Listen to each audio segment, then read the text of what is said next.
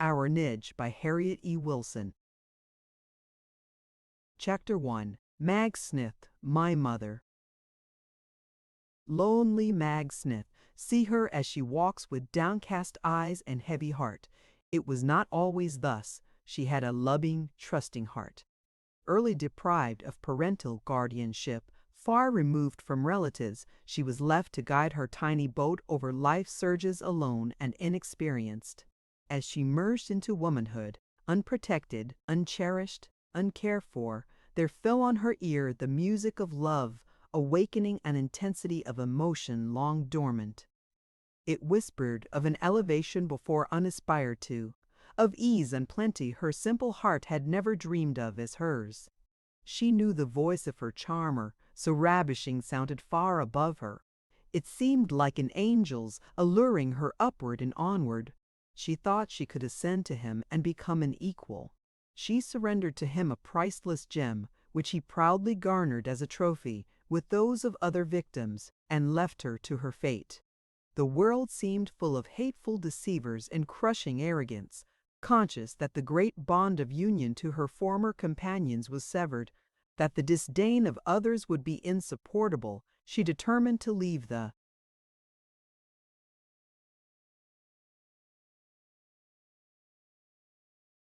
few friends she possessed and seek an asylum among strangers. Her offspring came unwelcomed, and before its nativity numbered weeks, it passed from earth, ascending to a purer and better life. God be thanked, ejaculated Mag as she saw its breathing cease. No one can taunt her with my ruin. Blessed release, may we all respond. How many pure, innocent children not only inherit a wicked heart of their own, claiming lifelong scrutiny and restraint, but are heirs also of parental disgrace and calumny, from which only long years of patient endurance in paths of rectitude can disencumber them. Mag's new home was soon contaminated by the publicity of her fall. She had a feeling of degradation oppressing her, but she resolved to be circumspect and try to regain in a measure what she had lost. Then some foul tongue would jest of her shame, and averted looks and cold greetings disheartened her. She saw she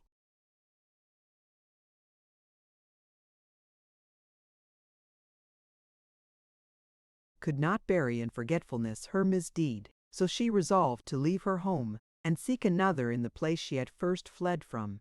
Alas, how fearful are we to be first in extending a helping hand to those who stagger in the mires of infamy, to speak the first words of hope and warning to those emerging into the sunlight of morality.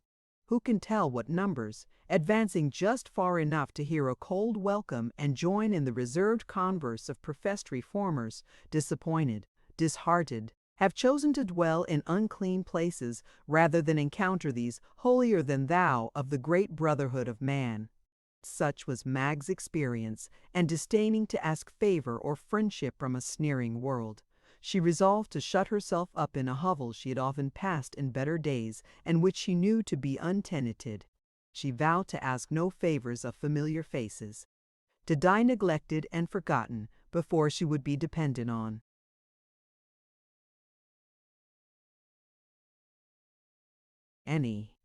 Removed from the village, she was seldom seen except as upon your introduction, gentle reader, with downcast visage, returning her work to her employer, and thus providing herself with the means of subsistence. In 2 years many hands craved the same avocation. Foreigners who cheapened toil and clamored for a livelihood competed with her, and she could not thus sustain herself. She was now above no drudgery. Occasionally old acquaintances called to be favored with help of some kind, which she was glad to bestow for the sake of the money it would bring her. But the association with them was such a painful reminder of bygones, she returned to her hut morose and revengeful, refusing all offers of a better home than she possessed. Thus she lived for years, hugging her wrongs, but making no effort to escape. She had never known plenty, scarcely competency, but the present was beyond comparison with those innocent years when the coronet of virtue was hers. Every year her melancholy increased, her means diminished. At last no one seemed to notice her, save a kind-hearted African who often called to inquire after her health and to see if she needed any fuel, he having the responsibility of furnishing that article, and she in return mending or making garments. "How much you earned this week, Mag?" asked he one Saturday evening. "Little enough, Jim. 2 or 3 days without any dinner. I washed for the Reeds and did a small job for Mrs. Belmont. That's all. I shall starve soon, unless I can get more to do. Folks seem as afraid to come here as if they expected to get some awful disease. I don't believe there is a person in the world but would be glad to have me dead and out of the way." "No, no, Mag, don't talk so. You shan't starve so long as I have barrels to hoop. Peter Green boards me cheap. I'll help you if nobody else will." A tear stood in Mag's faded eye. "I'm glad," she said with a softer tone then.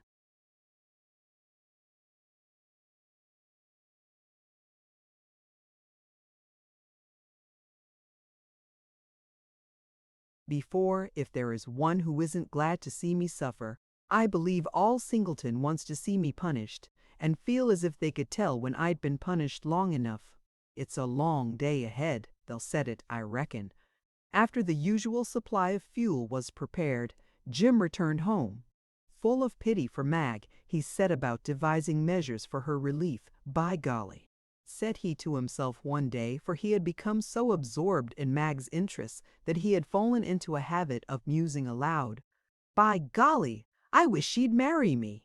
"Who?" shouted Pete Green, suddenly starting from an unobserved corner of the rude shop.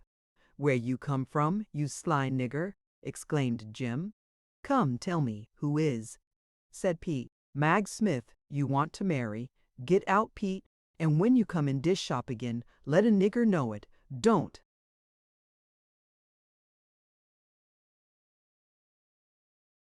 "Steal in like a thief."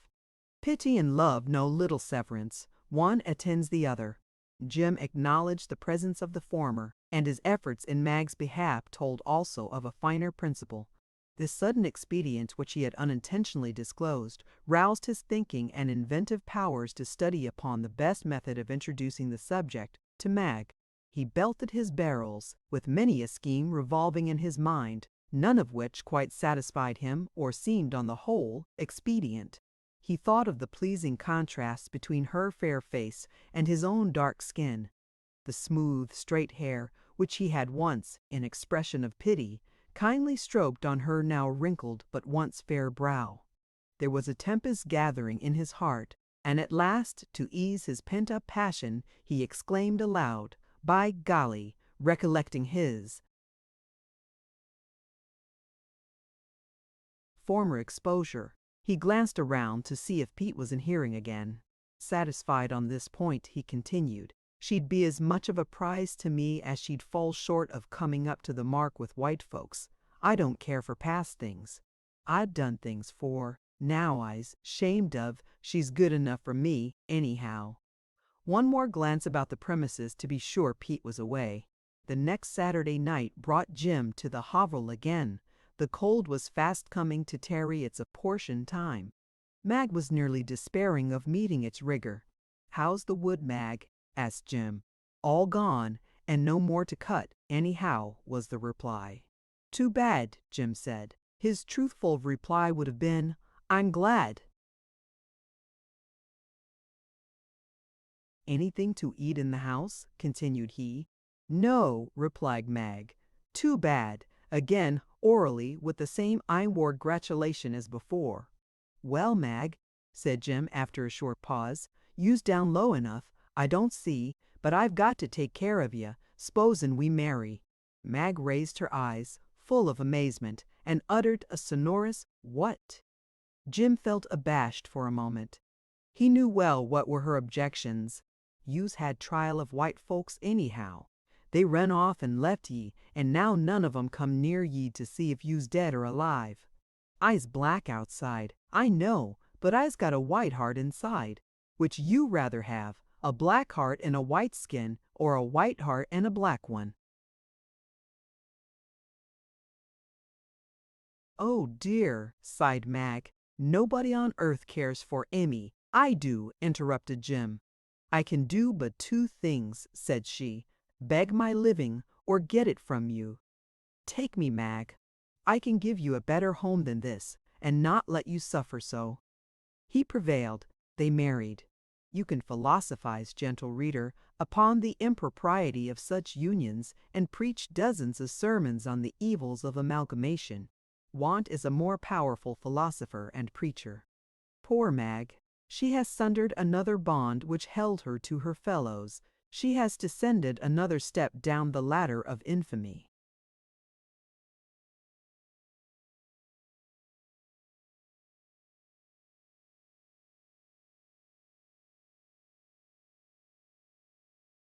Chapter 2. My Father's Death. Jim, proud of his treasure, a white wife, tried hard to fulfill his promises and furnished her with a more comfortable dwelling, diet, and apparel. It was comparatively a comfortable winter she passed after her marriage. When Jim could work, all went on well. Industrious and fond of Mag, he was determined she should not regret her union to him. Time levied an additional charge upon him in the form of two pretty mulattoes, whose infantile pranks amply repaid the additional toil. A few years and a severe cough and pain in his side compelled him to be an idler for weeks together, and Mag had thus a reminder of bygones. She cared for him only as a means to subserve her own comfort, yet she nursed him faithfully and true to marriage vows till death released her. He became the victim of consumption. He loved Mag to the last. So long as life continued, he stifled his sensibility to pain and toiled for her sustenance long after he was able to do so. A few expressive wishes for her welfare, a hope of better days for her, an anxiety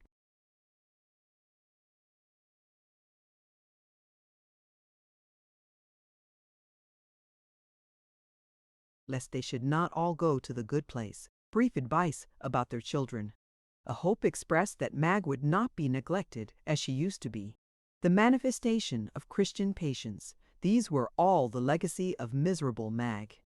A feeling of cold desolation came over her as she turned from the grave of one who had been truly faithful to her. She was now expelled from companionship with white people. This last step, her union with a black, was the climax of repulsion. Seth Shipley, a partner in Jim's business, wished her to remain in her present home, but she declined and returned to her hovel again with obstacles threefold more insurmountable than before. Seth accompanied her, giving her a weekly allowance which furnished most of the food necessary for the 4 inmates. After a time, work failed. Their means were reduced. How Mag toiled and suffered, yielding to fits of desperation, bursts of anger.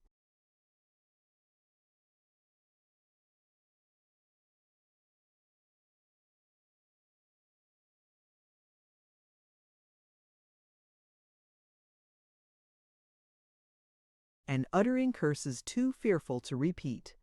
When both were supplied with work, they prospered. If idle, they were hungry together. In this way their interests became united. They planned for the future together. Mag had lived an outcast for years. She had ceased to feel the gushings of penitence. She had crushed the sharp agonies of an awakened conscience. She had no longings for a purer heart, a better life. Far easier to descend lower. She entered the darkness of perpetual infamy. She asked not the right of civilization or Christianity. Her will made her the wife of Seth. Soon followed scenes familiar and trying. "It's no use," said Seth one day. "We must give the children away and try to get work in some other place." "Who'll take the black devils?" snarled Mag. "They're none of mine," said Seth. "What you growling about?"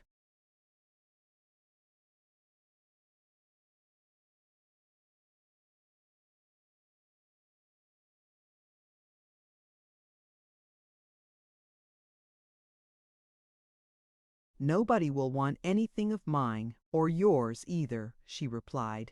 "We'll make 'em, p'raps," he said. "There's Frado's 6 years old, and pretty, if she's yours, and white folks'll say so.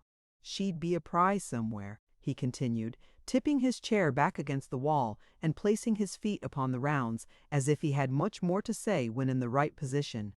Frado, as they called one of Mag's children, was a beautiful mulatto with long curly black hair and handsome, roguish eyes, sparkling with an exuberance of spirit almost beyond restraint.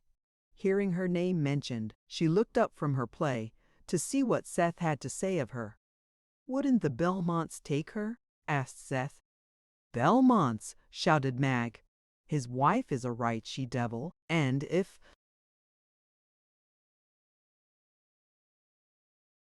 "Hadn't they better be all together?" interrupted Seth, reminding her of a like epithet used in reference to her little ones. Without seeming to notice him, she continued, "She can't keep a girl in the house over a week, and Mr. Belmont wants to hire a boy to work for him. But he can't find one that will live in the house with her. She's so ugly they can't." "Well, we've got to make a move soon," answered Seth. "If you go with me, we shall go right off." "Had you rather spare the other one?" asked Seth after a short pause. "One's as bad as t'other," replied Mag.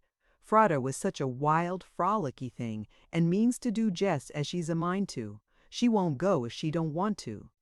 I don't want to tell her she is to be given away." "I will," said Seth. "Come here, Frado."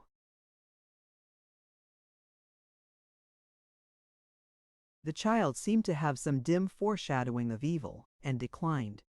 "Come here," he continued. "I want to tell you something." She came reluctantly. He took her hand and said, "We're going to move by and by. Will you go?" "No," screamed she, and giving a sudden jerk which destroyed Seth's equilibrium, left him sprawling on the floor while she escaped through the open door.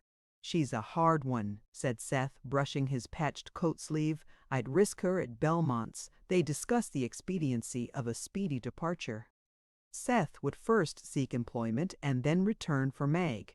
They would take with them what they could carry and leave the rest with Pete Green and come for them when they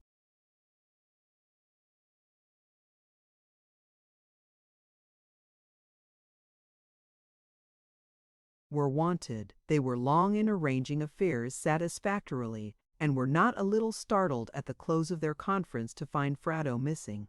They thought approaching night would bring her. Twilight passed into darkness, and she did not come. They thought she had understood their plans and had, perhaps, permanently withdrawn. They could not rest without making some effort to ascertain her retreat. Seth went in pursuit and returned without her. They rallied others when they discovered that another little colored girl was missing, a favored playmate of Frado's. All effort proved unavailing. Mag felt sure her fears were realized and that she might never see her again. Before her anxieties became realities, both were safely returned, and from them and their attendant they learned that they went to walk, and not minding the direction soon found themselves lost. They had climbed fences and walls, passed through thickets and marshes, and when night approached, selected a thick cluster of shrubbery as a covert for the night. They were discovered by the person who now restored them, chatting of their prospects, Frado attempting to banish the childish fears of her companion. As they were some miles from home, they were kindly cared for until morning. Mag was relieved to know her child was not driven to desperation by their intentions to relieve themselves of her, and she was inclined to think severe restraint would be healthful. The removal was all arranged. The few days necessary for such migrations passed quickly, and one bright summer morning they bade farewell to their Singleton hovel, and with budgets and bundles commenced their weary march. As they neared the village, they heard the merry shouts of children gathered around the schoolroom, awaiting the coming of their teacher. "Halloo!" screamed one. "Black, white, and yeller." "Black, white, and yeller," echoed a dozen voices. It did not grate so harshly on poor Mag as once it would. She did not even turn her head to look at them. She had passed into an insensibility no childish taunt could penetrate, else she would have reproached herself as she passed familiar scenes for extending the separation once so easily annihilated by steadfast integrity. 2 miles beyond lived the Belmonts, in a large old-fashioned 2-story white house, environed by fruitful acres and embellished by shrubbery and shade trees. Years ago, a youthful couple consecrated it as home, and after many little feet had worn paths to favorite fruit trees and over its green hills, and mingled at last with brother man in the race which belongs neither to the swift or strong, the sire became gray-haired and decrepit and went to his last repose. His aged consort soon followed him. The old homestead thus passed into the hands of a son to whose wife Mag had applied the epithet she-devil, as may be remembered. John, the son, had not in his family arrangements departed from the example of the father. The pastimes of his boyhood were ever freshly revived by witnessing the games of his own sons as they rallied about the same goal his.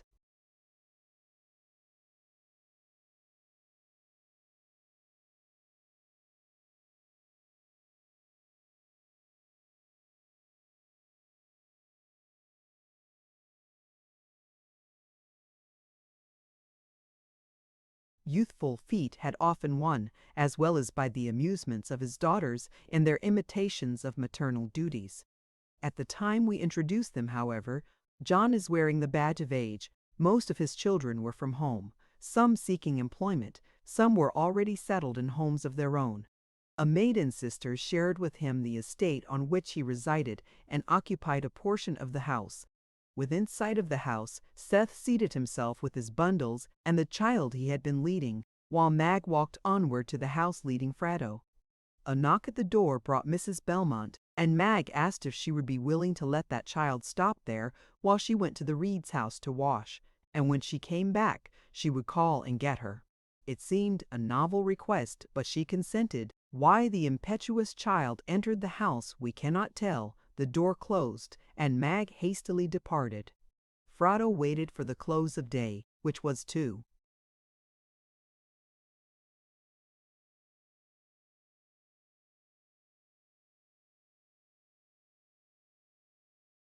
Bring back her mother. Alas, it never came.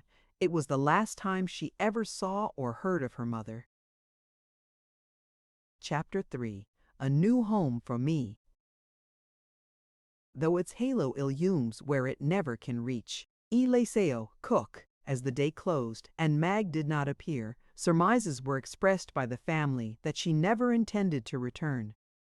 Mr. Belmont was a kind, humane man who would not grudge hospitality to the poorest wanderer, nor fail to sympathize with any sufferer, however humble. The child's desertion by her mother appealed to the sympathy, and he felt inclined to succor her. To do this in opposition to Mrs. Belmont's wishes would be like encountering a whirlwind charged with fire, daggers, and spikes. She was not as susceptible of fine emotions as her spouse. Mag's opinion of her was not without foundation. She was self-willed, haughty, undisciplined, arbitrary, and severe. In common parlance, she was a scold, a thorough one. Mr. B. remained silent during the consultation which follows, engaged in by Mother, Mary, and John, or Jack, as he was. Familiarly called, "Send her to the county house," said Mary, in reply to the query what should be done with her, in a tone which indicated self-importance in the speaker. She was indeed the idol of her mother, and more nearly resembled her in disposition and manners than the others. Jane, an invalid daughter, the eldest of those at home, was reclining on a sofa, apparently uninterested. "Keep her," said Jack. "She's real handsome and bright, and not very black either." "Yes," rejoined Mary, "that's just like you, Jack. She'll be of no use at all these 3 years, right under foot all the time. Poh! Miss Mary? If she should stay, it wouldn't be 2 days before you would."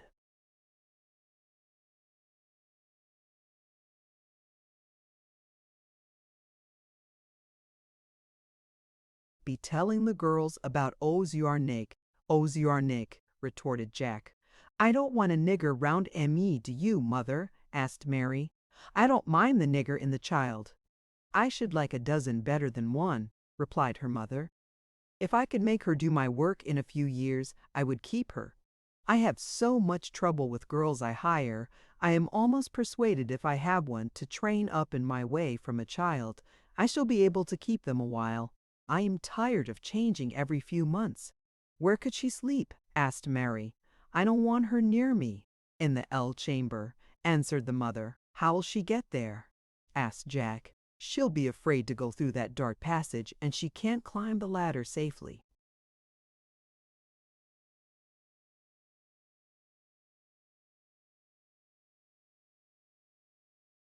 She'll have to go there. It's good enough for a nigger, was the reply. Jack was sent on horseback to ascertain if Mag was at her home. He returned with the testimony of Pete Green that they were fairly departed and that the child was intentionally thrust upon their family. The imposition was not at all relished by Mrs. B. or the pert, haughty Mary, who had just glided into her teens. Show the child to bed, Jack, said his mother. You seem most pleased with the little nigger, so you may introduce her to her room. He went to the kitchen and, taking Frado gently by the hand, told her he would put her in bed now. Perhaps her mother would come the next night after her. It was not yet quite dark, so they ascended the stairs without any light passing.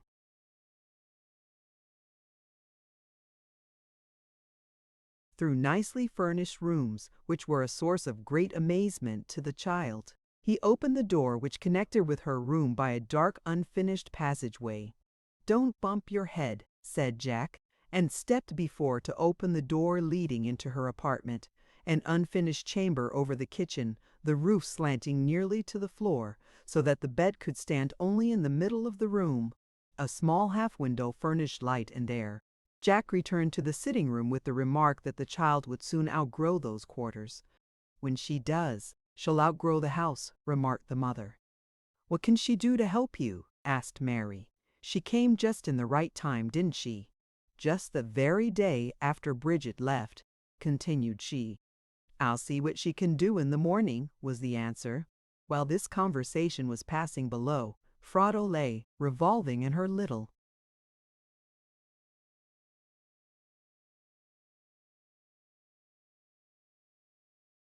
Mind whether she would remain or not until her mother's return. She was of willful, determined nature, a stranger to fear, and would not hesitate to wander away should she decide to. She remembered the conversation of her mother with Seth, the words given away, which she heard used in reference to herself. And though she did not know their full import, she thought she should, by remaining, be in some relation to white people she was never favored with before. So she resolved to tarry, with the hope that mother would come and get her some time. The hot sun had penetrated her room, and it was long before a cooling breeze reduced the temperature so that she could sleep. Frado was called early in the morning by her new mistress.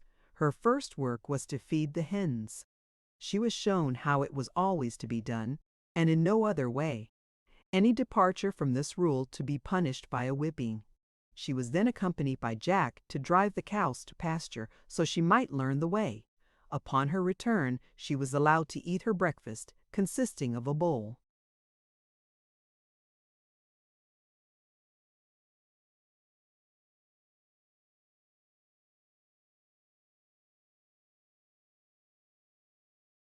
Of skimmed milk with brown bread crusts, which she was told to eat standing by the kitchen table and must not be over 10 minutes about it. Meanwhile, the family were taking their morning meal in the dining room. This over, she was placed on a cricket to wash the common dishes. She was to be in waiting always to bring wood and chips, to run hither and thither from room to room. A large amount of dishwashing for small hands followed dinner, then the same after tea, and going after the cows finished her first day's work. It was a new discipline to the child. She found some attractions about the place, and she retired to rest at night more willing to remain. The same routine followed day after day with slight variation, adding a little more work and spicing the toil with words that burn and frequent blows on her head. These were great annoyances to Frado, and had she known where her mother was, she would have gone at once to her. She was often greatly wearied, and silently wept over her sad fate. At first she wept aloud, which Mrs. Belmont noticed by applying a raw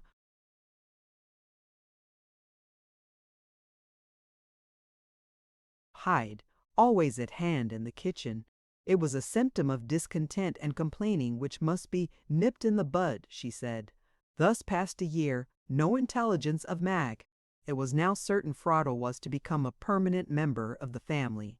Her labors were multiplied. She was quite indispensable, although but 7 years old. She had never learned to read, never heard of a school until her residence in the family. Mrs. Belmont was in doubt about the utility of attempting to educate people of color who were incapable of elevation. This subject occasioned a lengthy discussion in the family. Mr. Belmont, Jane, and Jack arguing for Frado's education, Mary and her mother objecting. At last Mr. Belmont declared decisively that she should go to school. He was a man who seldom decided controversies at home. The word once spoken admitted of no appeal, so, notwithstanding Mary's objection that she would have to attend the same school,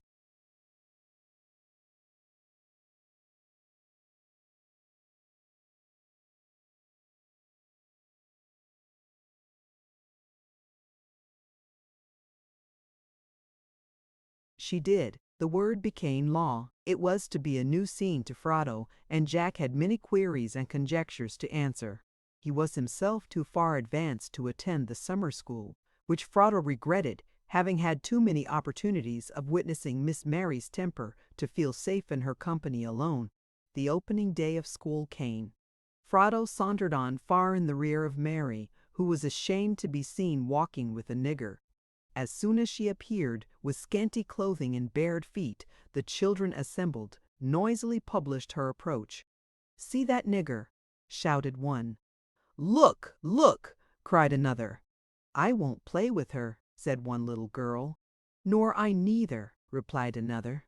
Mary evidently relished these sharp attacks, and saw a fair prospect of lowering Nig where, according to her views, she belonged.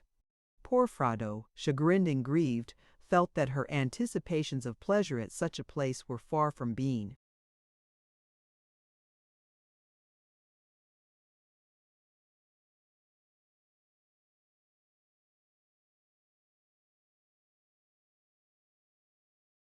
Realized.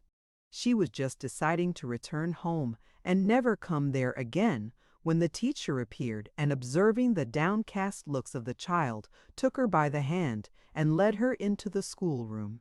All followed, and, after the bustle of securing seats was over, Miss Marsh inquired if the children knew any cause for the sorrow of that little girl, pointing to Frado. It was soon all told. She then reminded them of their duties to the poor and friendless, their cowardice in attacking a young, innocent child, referred them to one who looks not on outward appearances, but on the heart. "She looks like a good girl. I think I shall love her. So lay aside all prejudice and vie with each other in shewing kindness and goodwill to one who seems different from you," were the closing remarks of the kind lady. Those kind words, the most agreeable sound which ever meets the ear of sorrowing, grieving childhood. Example rendered her words efficacious. Day by day there was a manifest change of deportment towards Nig. Her speeches often drew merriment from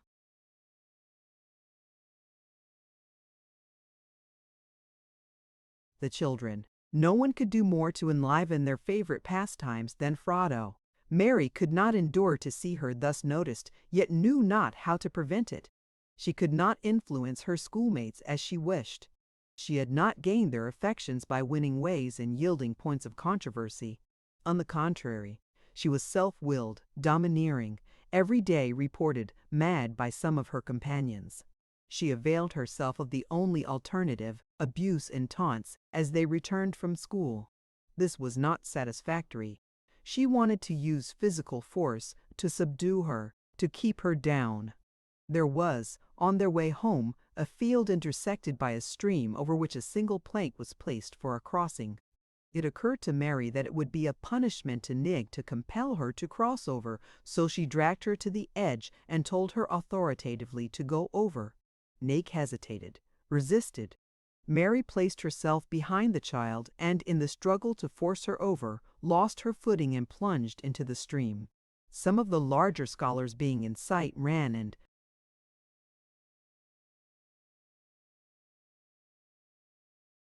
thus prevented Mary from drowning and Frodo from falling. Nig scampered home fast as possible, and Mary went to the nearest house, dripping, to procure a change of garments. She came loitering home, half crying, exclaiming, "Nig pushed me into the stream." She then related the particulars. Nig was called from the kitchen. Mary stood with anger flashing in her eyes. Mr. Belmont sat quietly reading his paper. He had witnessed too many of Miss Mary's outbreaks to be startled. Mrs. Belmont interrogated Nig. "I didn't do it! I didn't do it!" answered Nig passionately, and then related the occurrence truthfully. The discrepancy greatly enraged Mrs. Belmont. With loud accusations and angry gestures she approached the child. Turning to her husband, she asked, "Will you sit still there and hear that black nigger call Mary a liar?"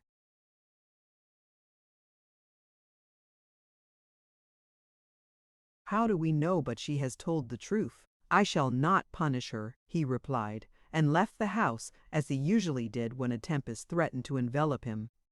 No sooner was he out of sight than Mrs. B. and Mary commenced beating her inhumanly. Then, propping her mouth open with a piece of wood, shut her up in a dark room without any supper for employment, while the tempest raged within. Mr. Belmont went for the cows, a task belonging to Fredo, and thus unintentionally prolonged her pain.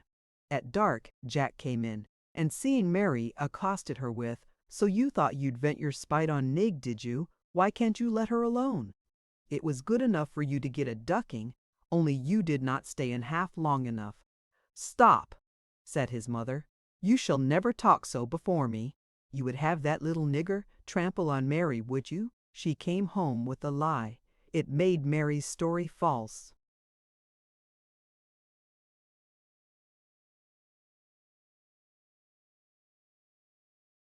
"What was Mary's story?" asked Jack. "It was related." "Now," said Jack, sallying into a chair, "the school children happen to see it all, and they tell the same story Nig does, which is most likely to be true. What a dozen agree they saw, or the contrary." "It is very strange you will believe what others say against your sister," retorted his mother with flashing eye. "I think it is time your father subdued you." "Father is a sensible man," argued Jack. "He would not wrong a dog. Where is Frodo?" he continued. "Mother gave her a good whipping and shut her up," replied Mary. Just then Mr. Belmont entered and asked if Frodo was set up yet.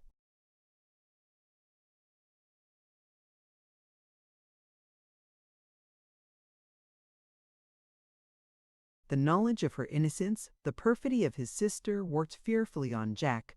He bounded from his chair, searched every room till he found the child, her mouth wedged apart, her face swollen and full of pain. How Jack pitied her! He relieved her jaws, brought her some supper, took her to her room, comforted her as well as he knew how, sat by her till she fell asleep, and then left for the sitting-room. As he passed his mother, he remarked, if that was the way Frodo was to be treated, he hoped she would never wake again. He then imparted her situation to his father, who seemed untouched till a glance at Jack exposed a tearful eye. Jack went early to her next morning. She awoke sad, but refreshed. After breakfast, Jack took her with him to the field and kept her through the day. But it could not be so generally. She must return to school, to her household duties. He resolved to do what he could to protect her from Mary and his mother. He bought her a dog, which became a great favorite with both. The invalid, Jane, would gladly befriend her, but she had not the strength to brave the iron will of her mother. Kind words and affectionate glances were the only expressions of sympathy she could safely indulge in. The men employed on the farm were always glad to hear her prattle. She was a great favorite with them. Mrs. Belmont allowed them the privilege of talking with her in the kitchen. She did not fear, but she should have ample opportunity of subduing her when they were away. 3 months of schooling, summer and winter, she enjoyed for 3 years. Her winter overdress was a cast-off overcoat, once worn by Jack, and a sunbonnet.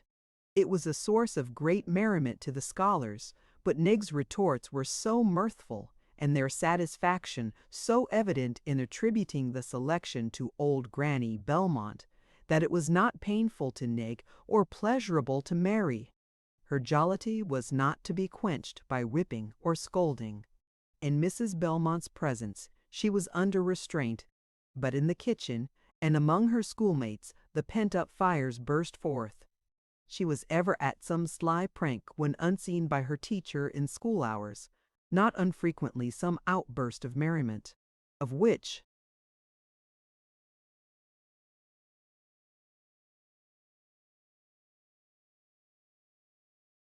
she was the original, was charged upon some innocent mate, and punishment inflicted which she merited. They enjoyed her antics so fully that any of them would suffer wrongfully to keep open the avenues of mirth. She would venture far beyond propriety, thus shielded and countenanced. The teacher's desk was supplied with drawers, in which were stored his books and other etceteras of the profession. The children observed Nig very busy there one morning before school. As they flitted in occasionally from their play outside, the master came, called the children to order, opened a drawer to take the book the occasion required, when out poured a volume of smoke. "Fire! Fire!" screamed he at the top of his voice. By this time he had become sufficiently acquainted with the peculiar odor to know he was imposed upon.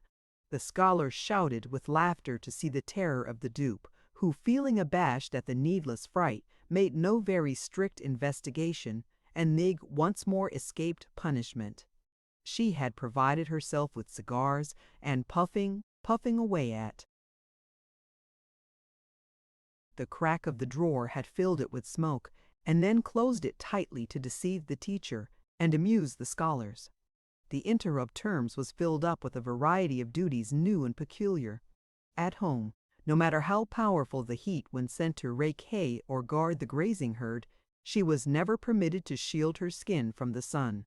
She was not many shades darker than Mary now. What a calamity it would be ever to hear the contrast spoken of. Mrs. Belmont was determined the sun should have full power to darken the shade which nature had first bestowed upon her as best befitting. Chapter 4. A Friend for Nig. No varnished tales the lips of youth repeat, no dear-bought knowledge purchased by deceit. Byron.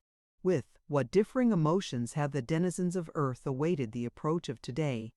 Some suffer has counted the vibrations of the pendulum impatient for its dawn, who, now that it has arrived, is anxious for its close. The votary of pleasure, conscious of yesterday's void, wishes for power to arrest time's haste till a few more hours of mirth shall be enjoyed. The unfortunate are yet gazing in vain for golden clouds they fancied would appear in their horizon.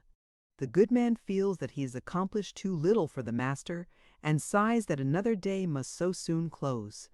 Innocent childhood, weary of its stay, longs for another morrow. Busy manhood cries, "Hold, hold!" and pursues it to another's dawn. All are dissatisfied. All crave some good not yet possessed.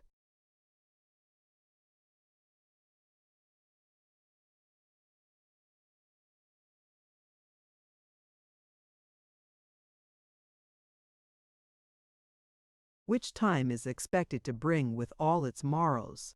Was it strange that to a disconsolate child 3 years should seem a long, long time? During school time she had rest from Mrs. Belmont's tyranny. She was now 9 years old. Time, her mistress said, such privileges should cease. She could now read and spell, and knew the elementary steps in grammar, arithmetic, and writing. Her education completed, as she said. Mrs. Belmont felt that her time and person belonged solely to her. She was under her in every sense of the word. What an opportunity to indulge her vixen nature! No matter what occurred to ruffle her, or from what source provocation came, real or fancied, a few blows on Nig seemed to relieve her of a portion of ill will. These were days when Fido was the entire confidant of Frado. She told him her griefs as though he were human, and he sat so still and listened so attentively she really believed he knew her sorrows. All the leisure moments she could gain were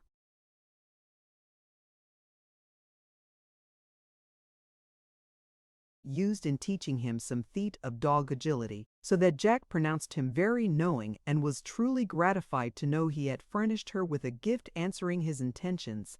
Fido was the constant attendant to Frido when sent from the house on errands, going and returning with the cows, out in the fields, to the village. If ever she forgot her hardships, it was in his company. Spring was now retiring. James, one of the absent sons, was expected home on a visit. He had never seen the last acquisition to the family. Jack had written faithfully of all the merits of his colored protege, and hinted plainly that mother did not always treat her just right. Many were the preparations to make the visit pleasant, and as the day approached when he was to arrive, great exertions were made to cook the favorite viands, to prepare the choicest table fare. The morning of the arrival day was a busy one. Frido knew not who it be.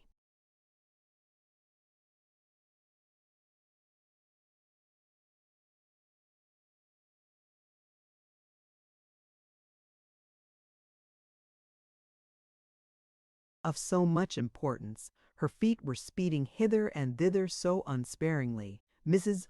Belmont seemed a trifle fatigued, and her shoes, which had, early in the morning, a methodic squeak, altered to an irregular, peevish snap. "Get some little wood to make the fire burn," said Mrs. Belmont, in a sharp tone.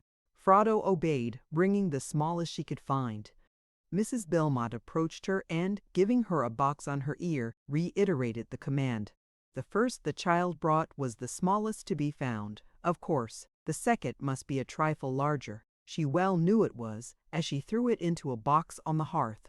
To Mrs. Belmont it was a greater affront, as well as larger wood. So she taught her with the raw hide, and sent her the third time for Littlewood. Nig, weeping, knew not what to do. She had carried the smallest, none left.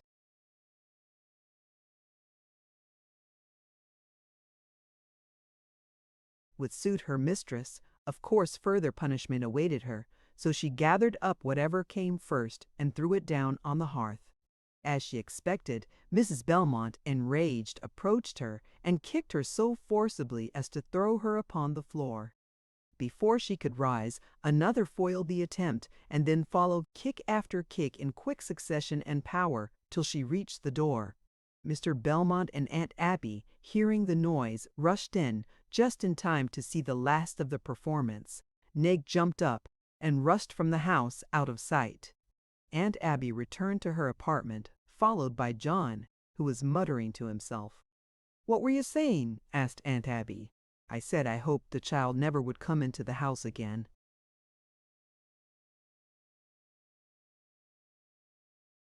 "What would become of her?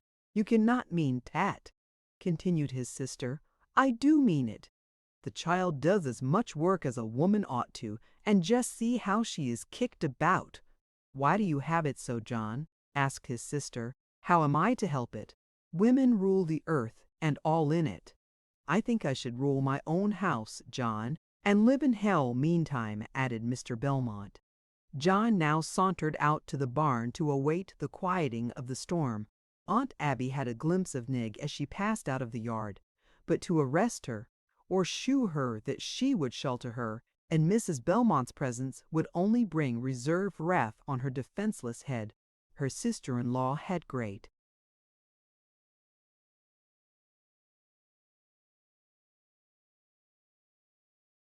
prejudices against her. One cause of the alienation was that she did not give her right in the homestead to John, and leave it forever. Another was that she was a professor of religion, so was Mrs. Belmont. But Nab, as she called her, did not live according to her profession. Another, that she would sometimes give Nig cake and pie, which she was never allowed to have at home. Mary had often noticed and spoken of her inconsistencies. The dinner hour passed. Frido had not appeared. Mrs. B. made no inquiry or search. Aunt Abby looked long and found her concealed in an outbuilding. "Come into the house with me," implored Aunt Abby. "I ain't going in any more," sobbed the child. "What will you do?" asked Aunt Abby. "I've got to stay out here and die. I hain't got no mother, no home. I wish I was."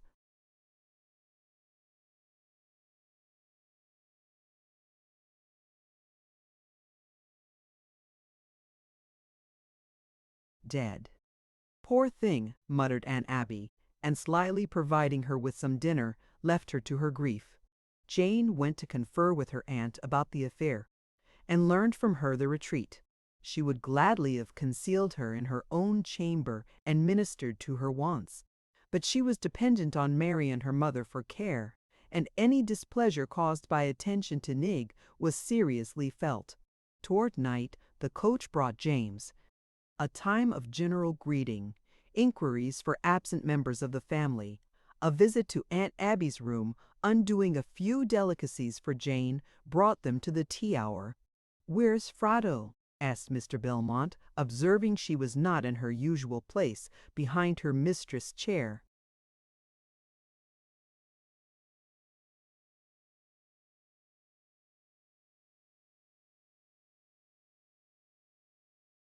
"I don't know, and I don't care.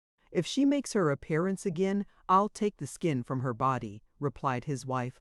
James, a fine-looking young man with a pleasant countenance, placid and yet decidedly serious, yet not stern, looked up confounded. He was no stranger to his mother's nature, but years of absence had erased the occurrences once so familiar, and he asked, "Is this that pretty little Nig Jack writes to me about, that you are so severe upon, mother? I'll not leave much of her beauty to be seen, if she comes in sight. And now, John," said Mrs. B., turning to her husband, "you need not think you are going to learn her to treat me in this way. Just see how saucy she was this morning. She shall learn her place." Mr. Belmont raised his calm, determined eye full upon her and said in a decisive manner, "You shall not strike, or scald, or skin her, as you call it, if she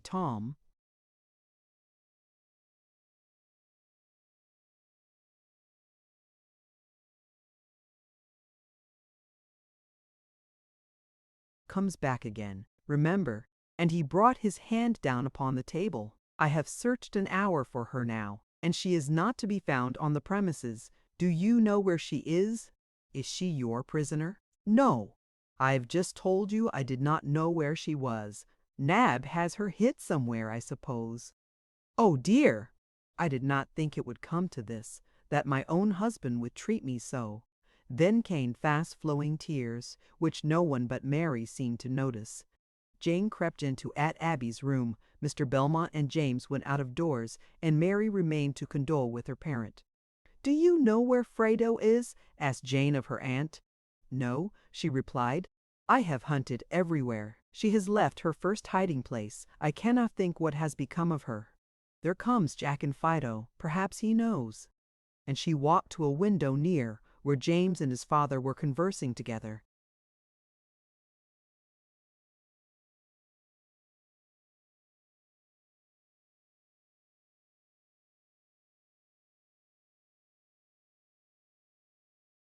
The two brothers exchanged a hearty greeting, and then Mr. Belmont told Jack to eat his supper. Afterward, he wished to send him away. He immediately went in. Accustomed to all the phases of indoor storms, from a whine to thunder and lightning, he saw at a glance marks of disturbance. He had been absent through the day with the hired men. "What's the fuss?" asked he, rushing into Aunt Abby's. "Eat your supper," said Jane. "Go home, Jack." Back again through the dining room and out to his father. "What's the fuss?" again inquired he of his father. "Eat your supper, Jack, and see if you can find Frado.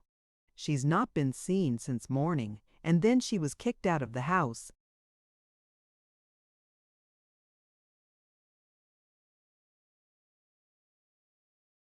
"I shan't eat my supper till I find her," said Jack indignantly. "Come, James, and see the little creature mother treats so." They started, calling, searching, coaxing all their way along. No Frado. They returned to the house to consult. James and Jack declared they would not sleep till she was found. Mrs. Belmont attempted to dissuade them from the search. It was a shame a little nigger should make so much trouble. Just then Fido came running up, and Jack exclaimed, "Fido knows where she is, I'll bet." "So I believe," said his father, "but we shall not be wiser unless we can outwit him." "He will not do what his mistress forbids him. I know how to fix him," said Jack. taking a plate from the table, which was.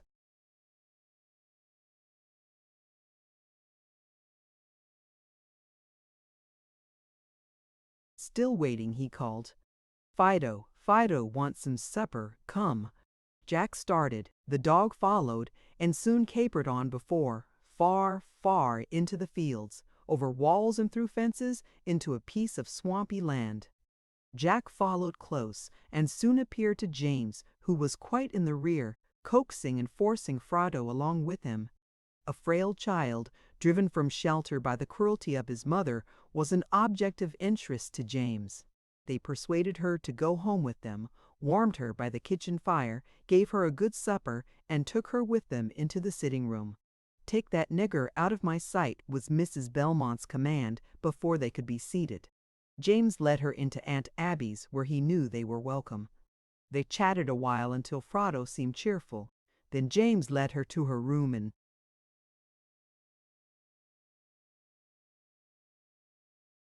waited until she retired. "Are you glad I've come home?" asked James. "Yes, if you won't let me be whipped tomorrow." "You won't be whipped. You must try to be a good girl," counseled James. "If I do, I get whipped," sobbed the child. "They won't believe what I say. Oh, I wish I had my mother back. Then I should not be kicked and whipped so. Who made me so?" "God," answered James. "Did God make you?" "Yes." "Who made Aunt Abby?" "God." "Who made your mother?" "God." "Did the same God that made her make me?" "Yes." "Well then, I don't like him." "Why not?" "Because he made her white and me black." "Why not he made her white and me black?"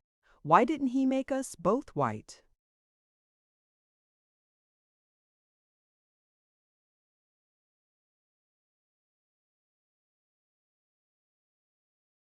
"I don't know. Try to go to sleep and you will feel better in the morning," was all the reply he could make to her naughty queries. It was a long time before she fell asleep, and a number of days before James felt in a mood to visit and entertain old associates and friends.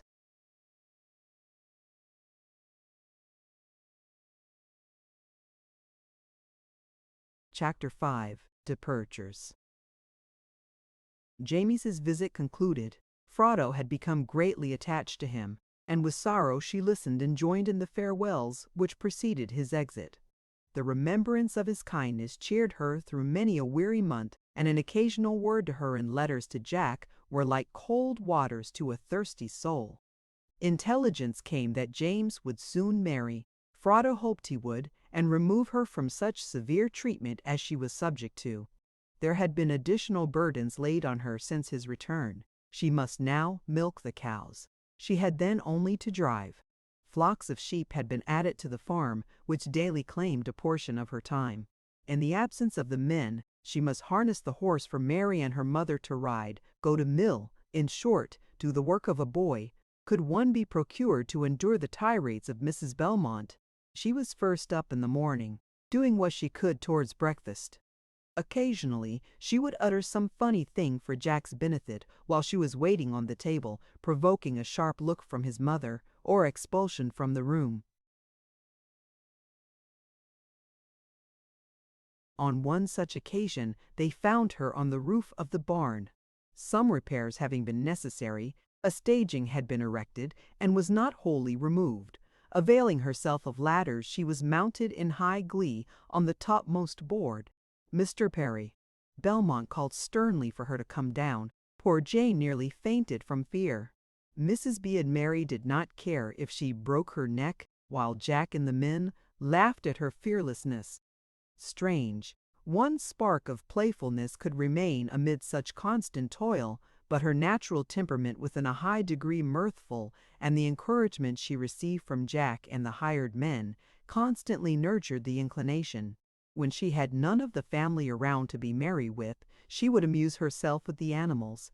Among the sheep was a willful leader who always persisted in being first served, and many times in his fury he had thrown down Nig, till provoked, she resolved to punish him. The pasture in which the sheep grazed was founded on 3 sides by a wide stream which flowed on one side at the base of precipitous banks. The first spare.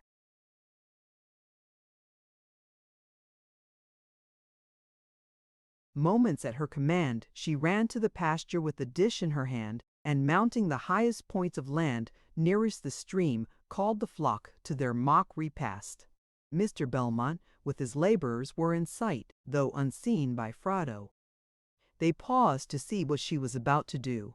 Should she by any mishap lose her footing, she must roll into the stream, and, without aid, must drown.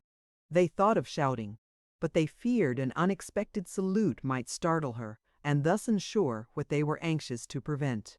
They watched in breathless silence. The willful sheep came furiously leaping and bounding far in advance of the flock. Just as he leaped for the dish, she suddenly jumped to one side, when down he rolled into the river, and swimming across, remained alone till night. The men lay down, convulsed with laughter at the trick, and guessed at once its object. Mr. Belmont talked seriously to the child for exposing herself to such danger, but she hopped about on her toes, and with laughable grimaces replied she knew she was quick enough to give him a slide.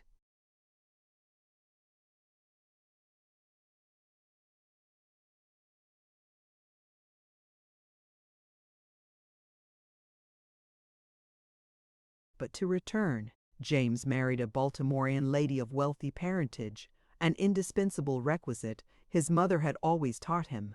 He did not marry her wealth, though. He loved her sincerely. She was not unlike his sister Jane, who had a social, gentle, loving nature, rather too yielding, her brother thought. His Susan had a firmness which Jane needed to complete her character, but which her ill health may in a measure have failed to produce. Although an invalid, she was not excluded from society. Was it strange? She seemed a desirable companion, a treasure as a wife. Two young men seemed desirous of possessing her. One was a neighbor, Henry Reed, a tall, spare young man with sandy hair and blue, sinister eyes. He seemed to appreciate her wants and watch with interest her improvement or decay. His kindness she received, and by it was almost won. Her mother wished her to encourage his attentions. She had counted the acres which were to be transmitted to an only son. She knew there was silver in the purse. She would not have Jane too sentimental. The eagerness with which he amassed wealth was repulsive to Jane. He did not spare his person or beasts in its pursuit. She felt that to such a man she should be considered an encumbrance. She doubted if he would desire her. If he did not know she would bring a handsome patrimony. Her mother, full in favor with the parents of Henry, commanded her to accept him. She engaged herself, yielding to her mother's wishes because she had not strength to oppose them, and sometimes, when witness of her mother's and Mary's tyranny, she felt any change would be preferable, even such a one as this. She knew her husband should be the man of her own selecting, one she was conscious of preferring before all others. She could not say this of Henry. In this dilemma, a visitor came to Aunt Abby's, one of her boy favorites, George Monyers, from an adjoining state. Sensible, plain-looking, agreeable, talented, he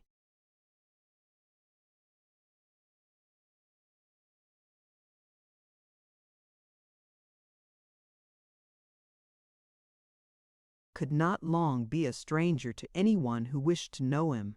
Jane was accustomed to sit much with Aunt Abby always. Her presence now seemed necessary to assist in entertaining this youthful friend. Jane was more pleased with him each day, and silently wished Henry possessed more refinement and the polished manners of George. She felt dissatisfied with her relation to him. His calls while George was there brought their opposing qualities vividly before her, and she found it disagreeable to force herself into those attentions belonging to him. She received him apparently only as a neighbor. George returned home, and Jane endeavored to stifle the risings of dissatisfaction, and had nearly succeeded, when the letter came which needed but one glance to assure her of its birthplace, and she retired for its perusal. Well was it for her that her mother's suspicion was not aroused, or her curiosity startled to inquire who it came from.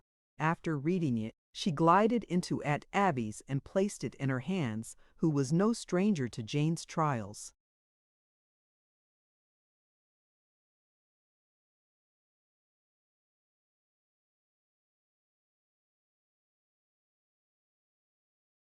George could not rest after his return, he wrote, until he had communicated to Jane the emotions her presence awakened, and his desire to love and possess her as his own. He begged to know if his affections were reciprocated or could be, if she would permit him to write to her, if she was free from all obligation to another. "What would mother say?" queried Jane, as she received the letter from her aunt. "Not much to comfort you." "Now, aunt, George is just such a man as I could really love, I think, from all I have seen of him. You know I never could say that of Henry." "Then don't marry him," interrupted Aunt Abby. "Mother will make me."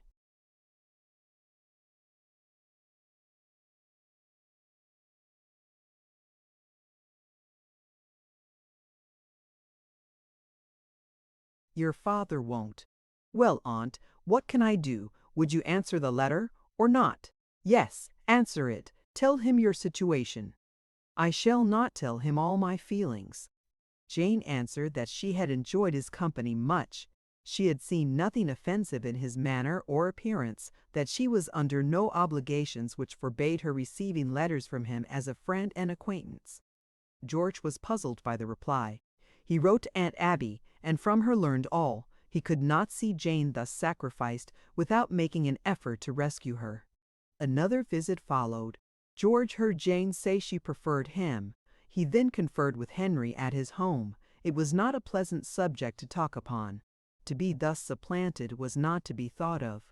He would sacrifice everything but his inheritance to secure his betrothed. "And so you are the cause of her late coldness towards me. Leave. I will talk no more about it. The business is settled between us. There it will remain," said Henry. "Have you no wish to know the real state of Jane's affections towards you?" asked George. "No! Go, I say! Go!" And Henry opened the door for him to pass out. He retired to Aunt Abby's. Henry soon followed, and presented his cause to Mrs. Belmont. Provoked, surprised, indignant, she summoned Jane to her presence, and after a lengthy tirade upon Nab and her satanic influence, told her she could not break the bonds which held her to Henry. She should not. George Menez was rightly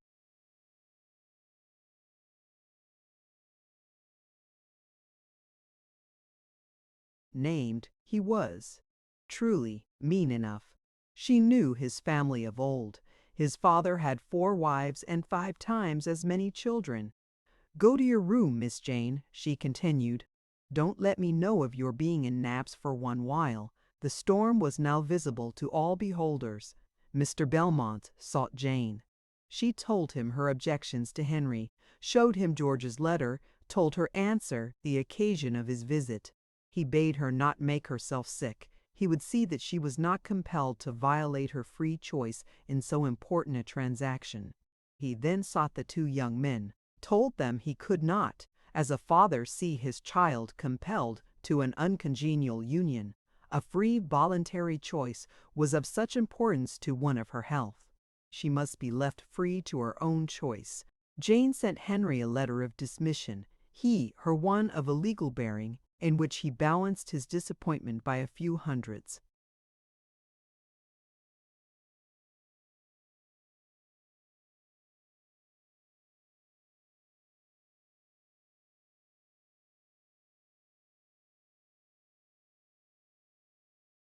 To brave her mother's fury nearly overcame her, but the consolation of a kind father and aunt cheered her on.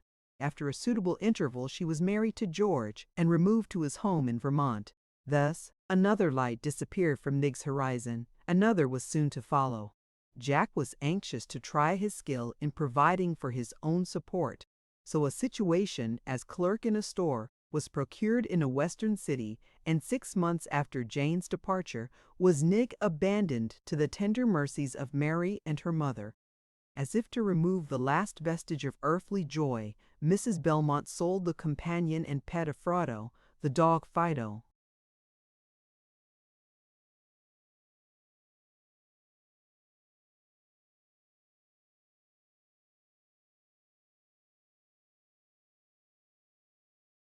Chapter 6. Berry Ashtrays. The sorrow of Freda was very great for her pet, and Mr. Belmont by great exertion obtained it again, much to the relief of the child. To be thus deprived of all her sources of pleasure was a sure way to exalt their worth, and Fido became, in her estimation, a more valuable presence than the human beings who surrounded her. James had now been married a number of years, and frequent requests for a visit from the family were at last accepted, and Mrs. Belmont made great preparations for a fall sojourn in Baltimore. Mary was installed housekeeper in name merely, for Nig was the only moving power in the house. Although suffering from their joint severity, she felt safer than to be thrown wholly upon an ardent, passionate, unrestrained young lady, whom she always hated and felt it hard to be obliged to obey. The trial she must meet. Were Jack or Jane at home she would have some refuge. One only remained. Good Aunt Abby was still in the house.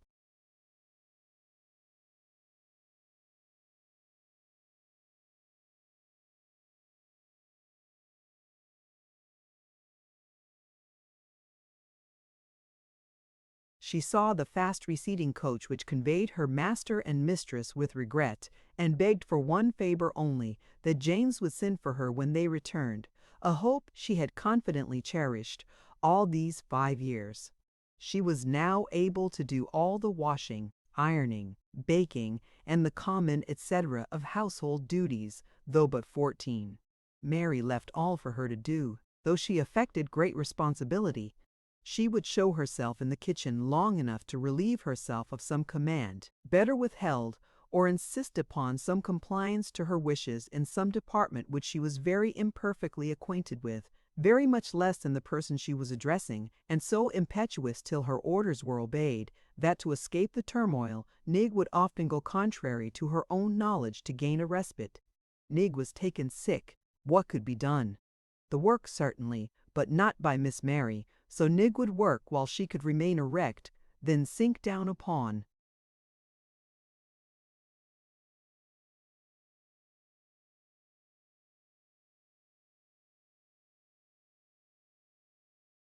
the floor or a chair till she could rally for a fresh effort. Mary would look in upon her, chide her for her laziness, threaten to tell mother when she came home, and so forth. "Nick," screamed Mary, one of her sickest days, "come here and sweep these threads from the carpet." She attempted to drag her weary limbs along, using the broom as support. Impatient of delay, she called again, but with a different request. "Bring me some wood, you lazy jade, quick." Nig rested the broom against the wall and started on the fresh behest, too long gone. Flushed with anger, she rose and greeted her with, "What are you gone so long for? Bring it in quick, I say." "I am coming as quick as I can," she replied, entering the door. "Saucy, impudent nigger, you! Is this the way you answer me?" And taking a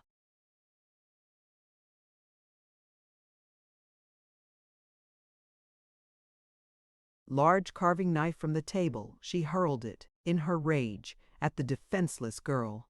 Dodging quickly, it fastened in the ceiling a few inches from where she stood.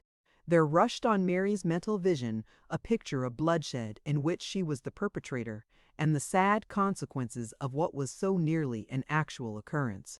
"Tell anybody of this if you dare." "If you tell Aunt Abby, I'll certainly kill you," said she, terrified.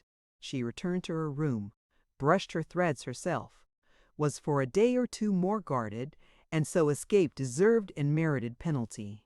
Oh, how long the weeks seemed which held Nig in subjection to Mary, but they passed like all earth's sorrows and joys. Mr. and Mrs. B. returned delighted with their visit, and laden with rich presents for Mary. No word of hope for Nig. James was quite unwell, and would come home the next spring for a visit.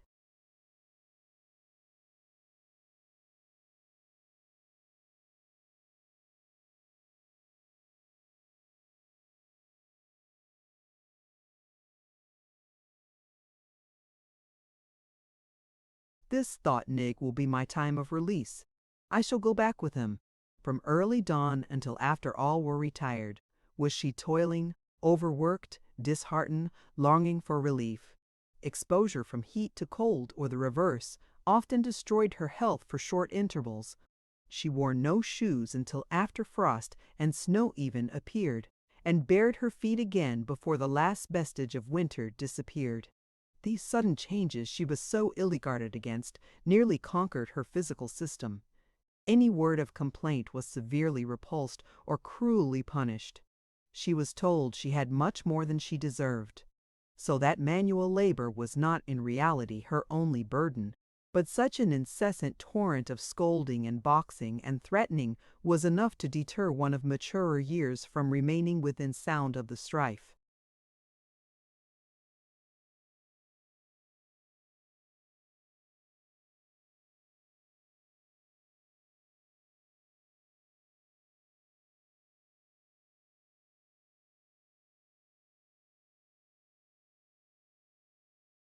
It is impossible to give an impression of the manifest enjoyment of Mrs. B in these kitchen scenes. It was her favorite exercise to enter the apartment noisily, vociferate orders, give a few sudden blows to quicken Nig's pace, then return to the sitting room with such a satisfied expression, congratulating herself upon her thorough housekeeping qualities. She usually rose in the morning at the ringing of the bell for breakfast. If she were heard stirring before that time, Nig knew well there was an extra amount of scolding to be borne. No one now stood between herself and Frado but Aunt Abby, and if she dared to interfere in the least, she was ordered back to her own quarters. Nig would creep slyly into her room, learn what she could of her regarding the absent, and thus gain some light in the thick gloom of care and toil and sorrow in which she was immersed.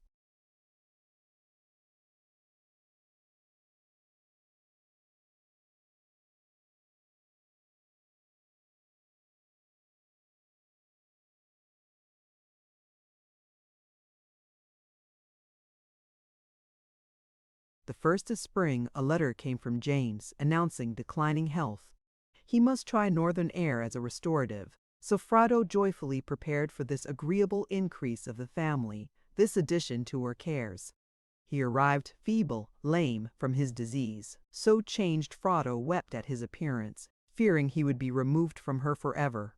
He kindly greeted her, took her to the parlor to see his wife and child, and said many things to kindle smiles on her sad face. Frado felt so happy in his presence, so safe from maltreatment. He was to her a shelter. He observed silently the ways of the house a few days. Nig still took her meals in the same manner as formerly, having the same allowance of food. He, one day, bade her not remove the food, but sit down to the table and eat. "She will, mother," said he calmly, but imperatively. "I'm determined. She works hard. I've watched her. Now, while I stay, she is going to sit down here."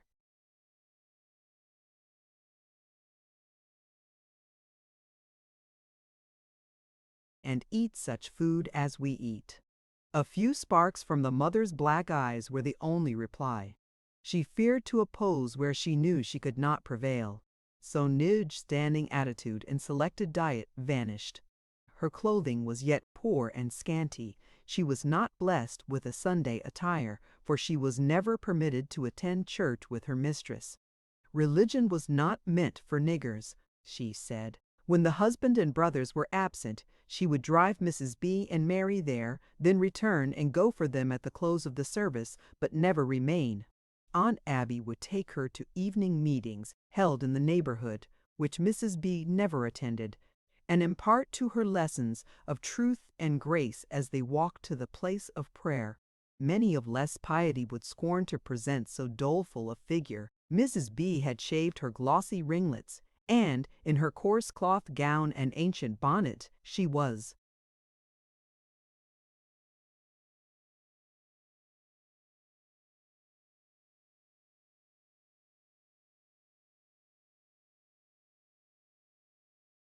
anything but an enticing object, but Aunt Abby looked within. She saw a soul to save, an immortality of happiness to secure. These evenings were eagerly anticipated by Nig. It was such a pleasant release from labor, such perfect contrast in the melody and prayers of these good people to the harsh tones which fell on her ears during the day.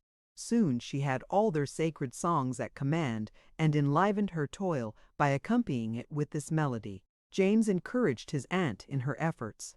He had found the Saviour word. He wished to have Frodo's desolate heart gladdened, quieted, sustained by his presence.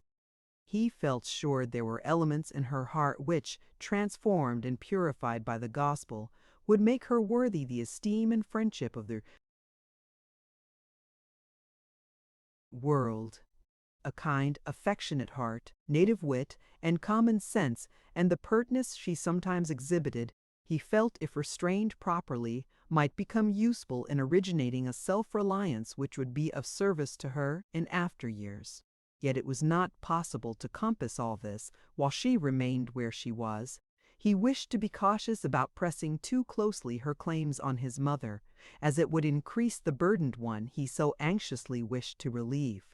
He cheered her on with the hope of returning with his family when he recovered sufficiently. Nig seemed awakened to new hopes and aspirations and realized a longing for the future, hitherto unknown. To complete Nig's enjoyment, Jack arrived unexpectedly. His greeting was as hearty to herself as to any of the family.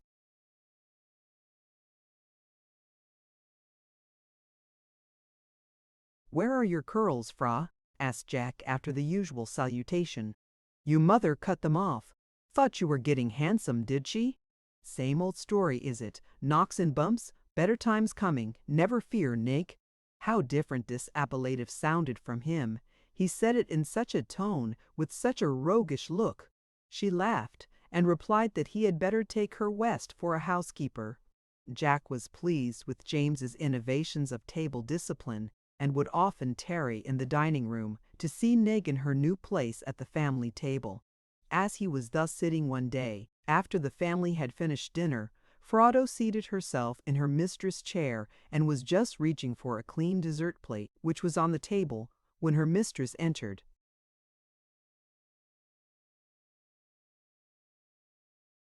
"Put that plate down. You shall not have a clean one. Eat from mine," continued she.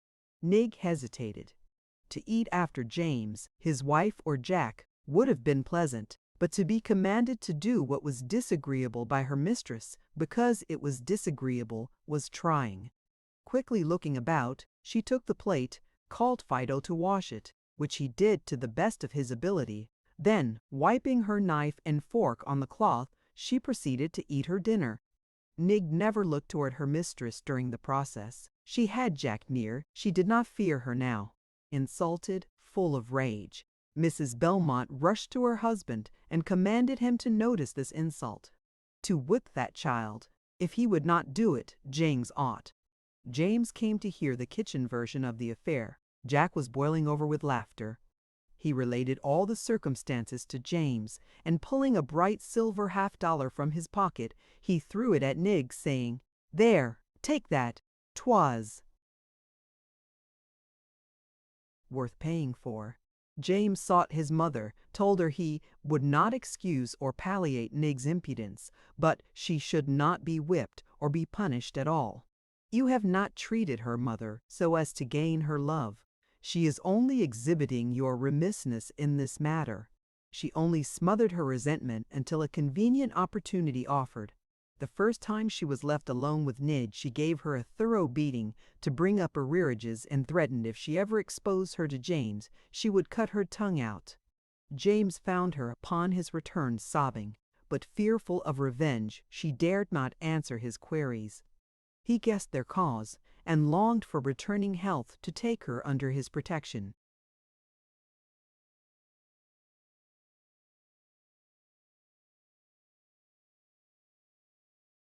Chapter 7. Spiritual Condition of Nig. Jamie's did not improve as was hoped. Month after month passed away and brought no prospect of returning health. He could not walk far from the house for want of strength, but he loved to sit with Aunt Abby in her quiet room, talking of unseen glories and heart experiences while planning for the spiritual benefit of those around them. In these confidential interviews, Frodo was never omitted. They would discuss the prevalent opinion of the public that people of color are really inferior, incapable of cultivation and refinement. They would glance at the qualities of Nig, which promise so much if rightly directed. "I wished you would take her, James, when you are well, home with you," said Aunt Abby in one of these seasons. "Just what I am longing to do, Aunt Abby. Susan is just of my mind, and we intend to take her. I have been wishing to do so for years." She seems much affected by what she hears at the evening meetings and asks,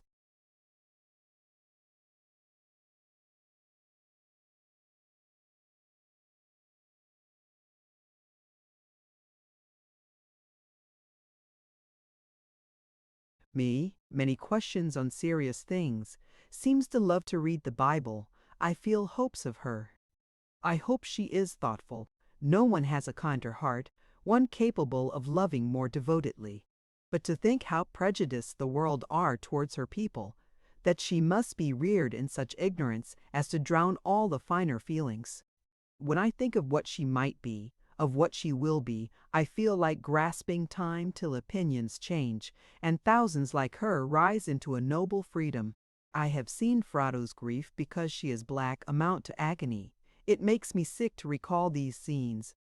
Mother pretends to think she don't know enough to sorrow for anything, but if she could see her as I have, when she supposed herself entirely alone, except her little dog Fido lamenting her loneliness and complexion, I think if she is not past feeling, she would retract.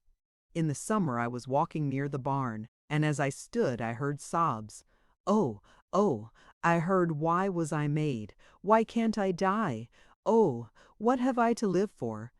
No one cares for me only to get my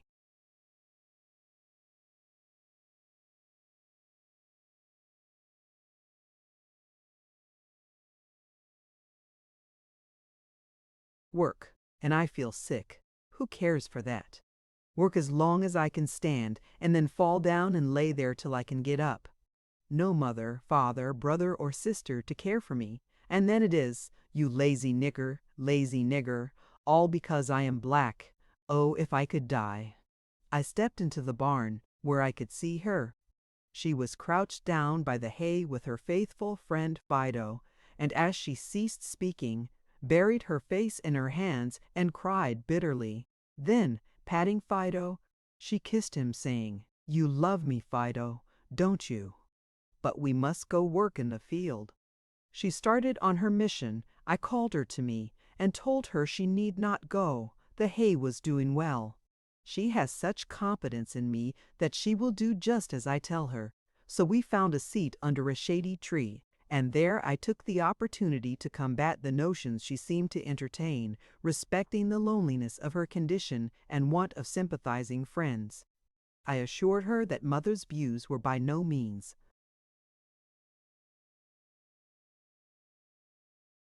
general, that in our part of the country there were thousands upon thousands who favored the elevation of her race, disapproving of oppression in all its forms, that she was not unpitied, friendless, and utterly despised, that she might hope for better things in the future.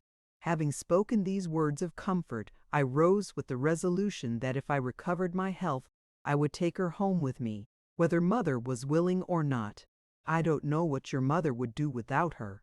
Still, I wish she was away. Susan now came for her long-absent husband, and they returned home to their room.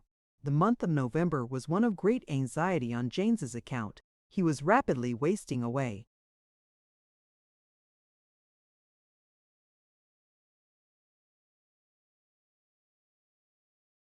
A celebrated physician was called and performed a surgical operation as a last means. Should this fail, there was no hope. Of course he was confined wholly to his room, mostly to his bed, with all his bodily suffering, all his anxiety for his family, whom he might not live to protect. He did not forget Frado. He shielded her from many beatings, and every day imparted religious instructions. No one but his wife could move him so easily as Frado, so that in addition to her daily toil, she was often deprived of her rest at night. Yet she insisted on being called. She wished to show her love for one who had been such a friend to her. Her anxiety and grief increased as the probabilities of his recovery became doubtful. Mrs. Belmont found her weeping on his account, shut her up, and whipped her with the raw hide, adding an injunction never to be seen sniveling again because she had a little work to do. She was very careful never to shed tears on his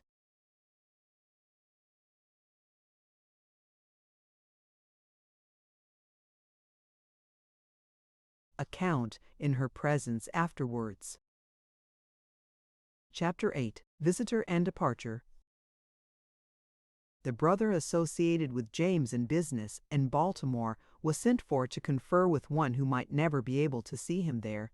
James began to speak of life as closing, of heaven as of a place in immediate prospect, of aspirations which waited for fruition in glory. His brother Louis by name was an especial favorite of Sister Mary, more like her in disposition and preferences than James or Jack. He arrived as soon as possible after the request, and saw with regret the sure indications of fatality in his sick brother, and listened to his admonitions to a Christian life with tears, and uttered some promises of attention to the subject so dear to the heart of James. How gladly he would have extended healing aid, but alas, it was not in his power. So, after listening to his wishes and arrangements for his family and business, he decided to return home.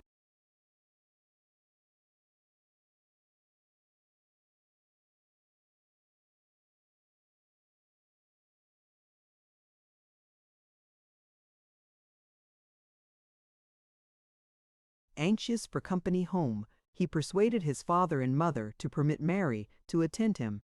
She was not at all needed in the sick room. She did not choose to be useful in the kitchen, and then she was fully determined to go. So all the trunks were assembled and crammed with the best selections from the wardrobe of herself and mother, where the last mentioned articles could be appropriated. Nick was never so helpful before, Mary remarked, and wondered what had induced such a change in place of former sullenness. Nig was looking further than the present, and congratulating herself upon some days of peace, for Mary never lost opportunity of informing her mother of Nig's delinquencies were she otherwise ignorant. Was it strange if she were officious with such relief in prospect? The parting from the sick brother was tearful and sad. James prayed in their presence for their renewal in holiness, and urged their immediate attention to eternal realities, and gained a promise that Susan and Charlie should share their kindest regards. No sooner were they on their way than Nidge slyly crept round to Aunt Abby's room, and tiptoeing and twisting herself into all shapes, she exclaimed, "She's gone, Aunt Abby, she's gone, fairly gone," and jumped up and down till Aunt Abby feared she would attract the notice of her mistress by such demonstrations. "Well, she's gone, gone, Aunt Abby. I hope she'll never come back again." "No, no, Frado, that's wrong. You would be wishing her dead. That won't do." "Well, I'll bet she'll never come back again. Somehow I feel as though she wouldn't." "She is James's sister," remonstrated Aunt Abby. "So is our cross sheep just as much, that I ducked in the river. I'd like to try my hand at curing her, too. But you forget what our good minister told us last week about doing good to those that hate us."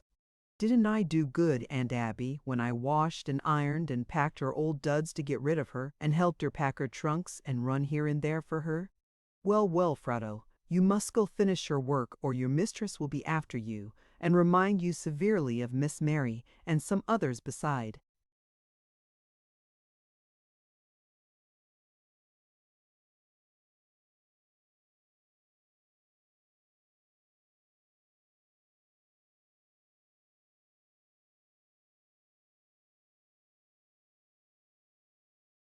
Nig went as she was told, and her clear voice was heard as she went, singing in joyous notes the relief she felt at the removal of one of her tormentors.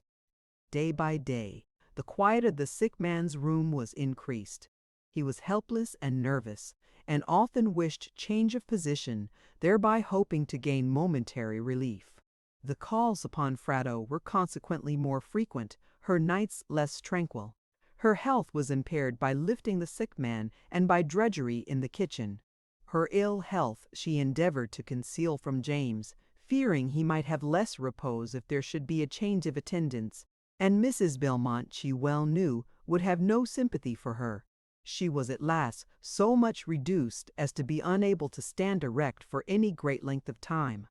She would sit at the table to wash her dishes. If she heard the well-known step of her mistress, she would rise till she returned to her room and then sink down for further rest. Of course, she was longer than usual in completing the services assigned her. This was a subject of complaint to Mrs. Belmont and Fredo.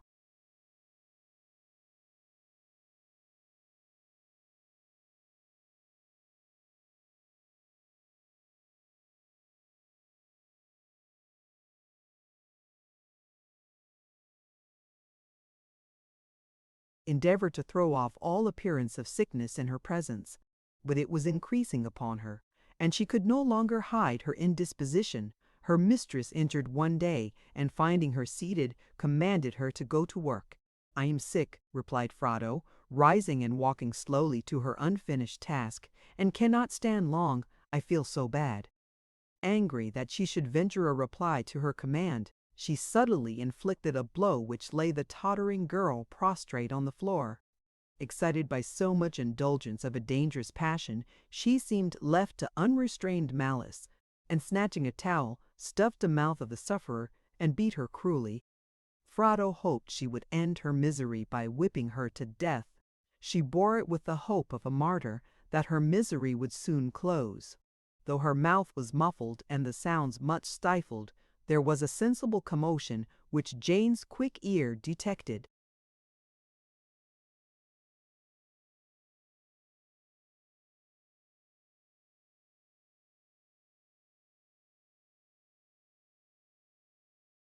"Call Frado to come here," he said faintly.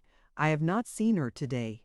Susan retired with the request to the kitchen, where it was evident some brutal scene had just been enacted.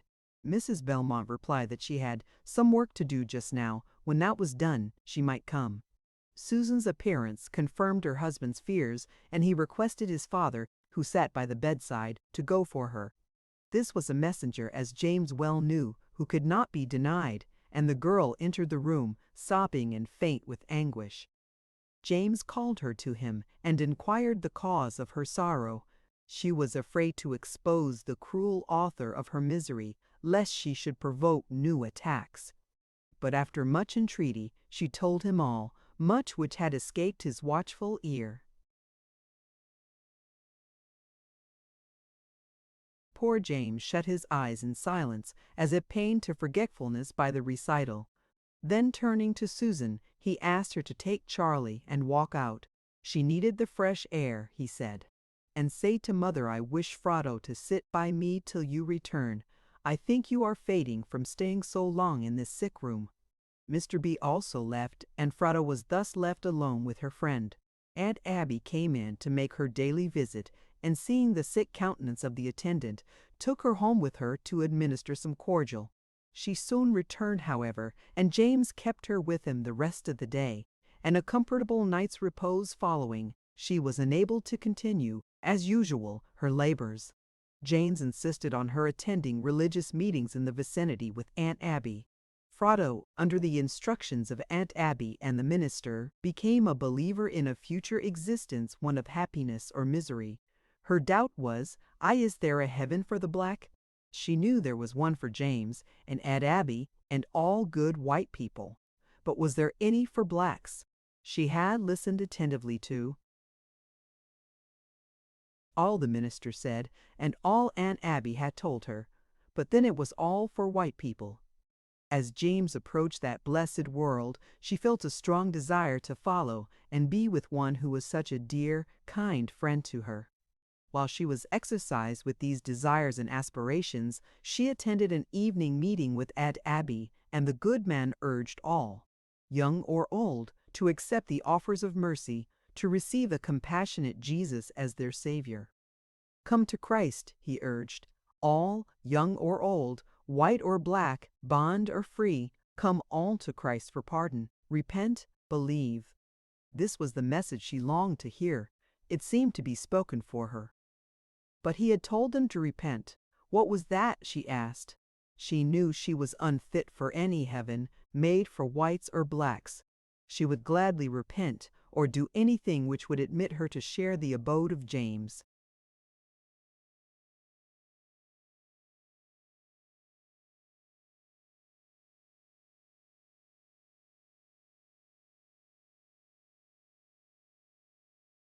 Her anxiety increased, her countenance bore marks of solicitude unseen before, and though she said nothing of her inward contest, they all observed a change.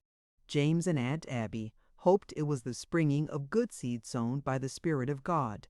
Her tearful attention at the last meeting encouraged his aunt to hope that her mind was awakened, her conscience aroused.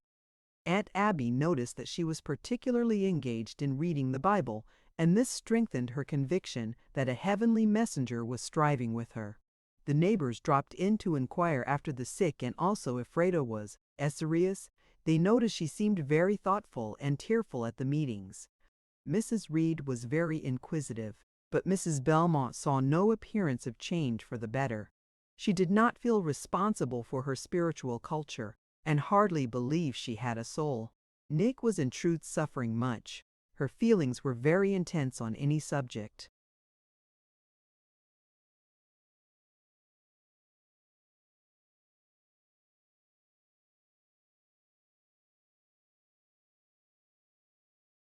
When once aroused, she read her Bible carefully and as often as an opportunity presented, which was when entirely secluded in her own apartment or by Aunt Abby's side, who kindly directed her to Christ and instructed her in the way of salvation. Mrs. Belmont found her one day quietly reading her Bible. Amazed and half crediting the reports of officious neighbors, she felt it was time to interfere. Here she was, reading and shedding tears over the Bible. She ordered her to put up the book and go to work and not be sniveling about the house or stop to read again. But there was one little spot seldom penetrated by her mistress's watchful eye. This was her room, uninviting and comfortless, but to herself a safe retreat. Here she would listen to the pleadings of a Savior and try to penetrate the veil of doubt and sin which clouded her soul, and longed to cast off the fetters of sin and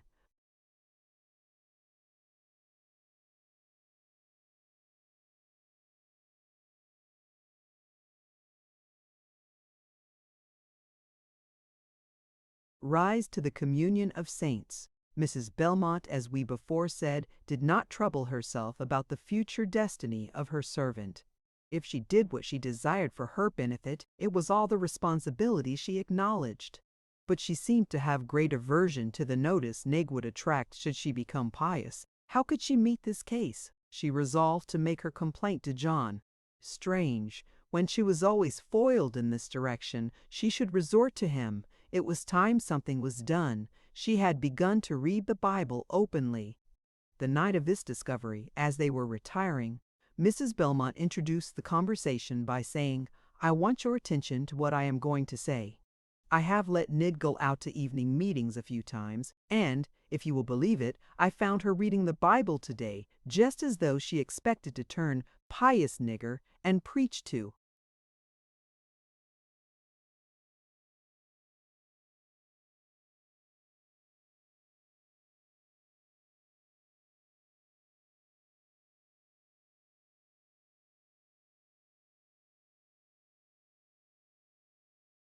White folks.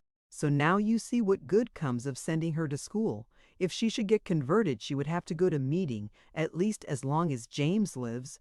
I wish he had not such queer notions about her. It seems to trouble him to know he must die and leave her. He says if he should get well, he would take her home with him, or educate her here. Oh, how awful! What can the child mean? So careful, too, of her. He says we shall ruin her health making her work so hard, and sleep in such a place. Oh, John, do you think he is in his right mind? Yes, yes, she is slender. Yes, yes, she is slender. She repeated sarcastically, "You know these niggers are just like black snakes. You can't kill them. If she wasn't tough, she would have been killed long ago. There was never one of my girls could do half the work. Did they ever try? Interposed her husband. I think she can do more than all of them together.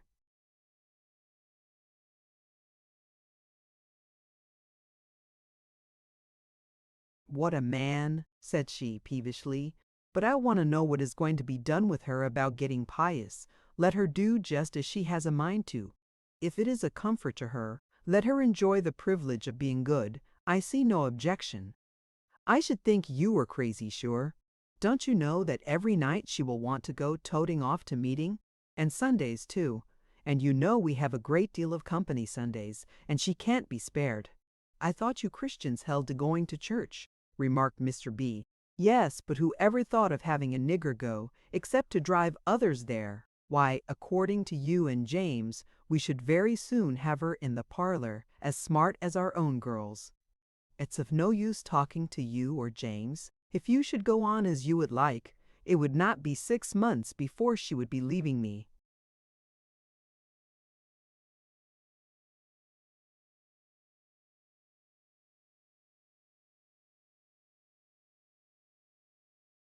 And that won't do. Just think how much profit she was to us last summer. We had no work hired out. She did the work of 2 girls and got the whippings for 2 with it, remarked Mr. Belmont. I'll beat the money out of her if I can't get her worth any other way, retorted Mrs. B. sharply.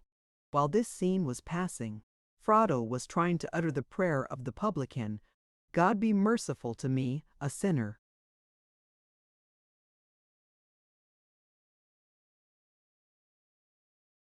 Chapter 9. Death. Spring opened, and James, instead of rallying as was hoped, grew worse daily. Aunt Abby and Fredo were the constant allies of Susan. Mrs. Belmont dared not lift him. She was not strong enough, she said. It was very offensive to Mrs. B. to have nab about James so much. She had thrown out many a hint to detain her from so often visiting the sick room, but Aunt Abby was too well accustomed to her ways to mind them. After various unsuccessful efforts, she resorted to the following expedient. As she heard her cross the entry below to ascend the stairs, she slipped out and held the latch of the door which led into the upper entry. James does not want to see you or anyone else, she said. Aunt Abby hesitated and returned slowly to her own room, wondering if it were really James's wish not to see her. She did not venture again that day, but still felt disturbed and anxious about him. She inquired of Frado and learned that he was no worse. She asked her if James did not wish her to come and see him. What could it mean? Quite late next morning, Susan came to see what had become of her aunt. Your mother said James did not wish to see me, and I was afraid I tired him. Why, Aunt, that is a mistake. What could Mother mean? Asked Susan. The next time she went to the sitting room, she asked her mother, why does not Aunt Abby visit James as she has done? Where is she? At home. I hope that she will stay there, was the answer. I should think she would come in and see James, continued Susan.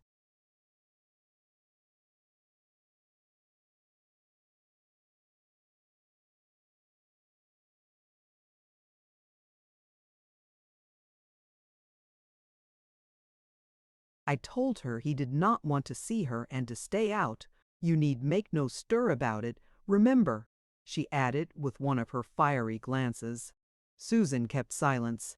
There was a day or 2 before James spoke of her absence. The family were at dinner, and Frado was watching beside him. He inquired the cause of her absence, and H.E. told him all. After the family returned, he sent his wife for her. When she entered, he took her hand and said, Come to me often, Aunt. Come, any time. I am always glad to see you. I have but a little longer to be with you. Come often, Aunt. Now, please help lift me up and see if I can rest a little. Frado was called in, and Susan and Mrs. B. all attempted.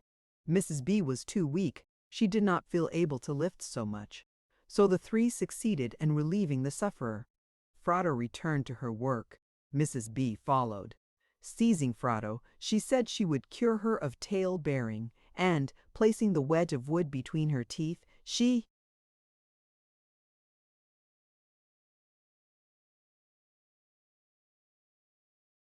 beat her cruelly with the raw hide.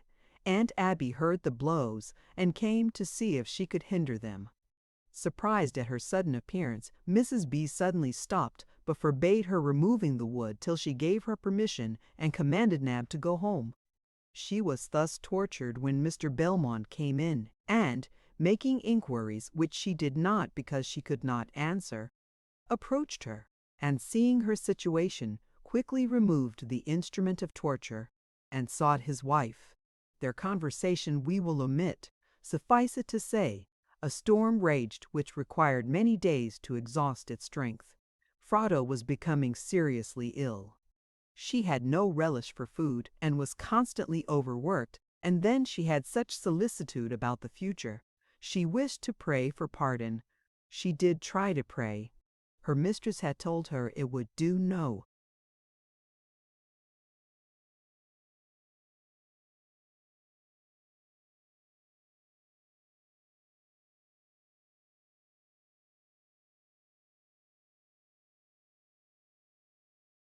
good for her to attempt prayer. Prayer was for whites, not for blacks.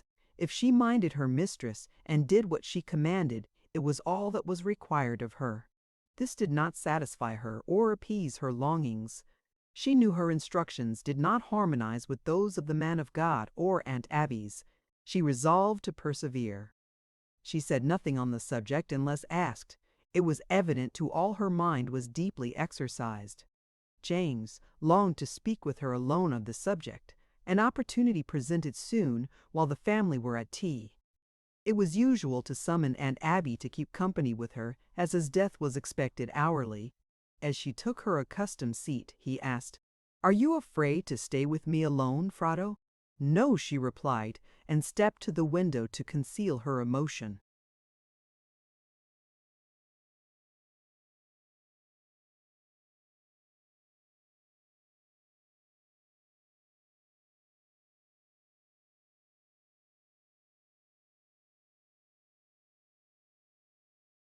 "Come here and sit by me. I wish to talk with you." She approached him and, taking her hand, he remarked, "How poor you are, Fredo. I want to tell you that I fear I shall never be able to talk with you again. It is the last time, perhaps, I shall ever talk with you. You are old enough to remember my dying words and profit by them. I have been sick a long time. I shall die pretty soon. My heavenly Father is calling me home. Had it been his will to let me live, I should take you to live with me. But as it is, I shall go and leave you. But, Frado, if you will be a good girl and love and serve God, it will be but a short time before we are in a heavenly home together. There will never be any sickness or sorrow there."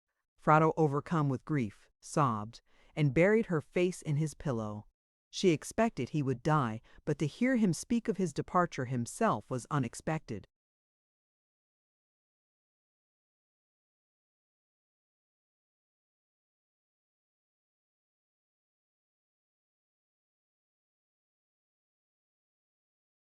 "Bid me good-bye, Frado." She kissed him, and sank on her knees by his bedside. His hand rested on her head, his eyes were closed, his lips moved in prayer for this disconsolate child.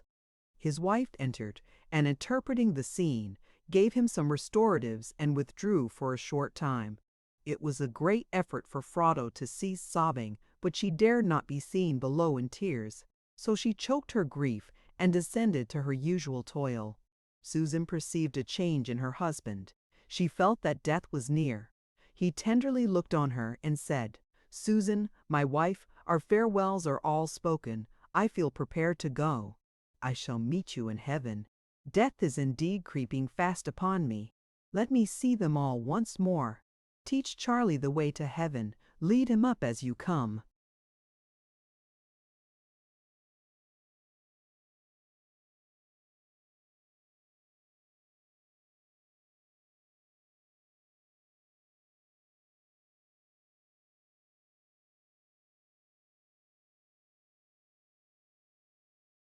the family all assembled. He could not talk as he wished to them. He seemed to sink into unconsciousness.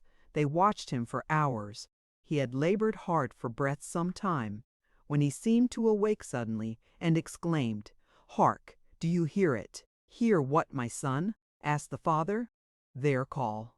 Look, look, at the shining ones. Oh, let me go and be at rest."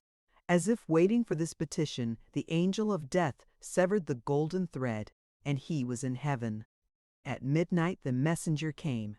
They called Frado to see his last struggle.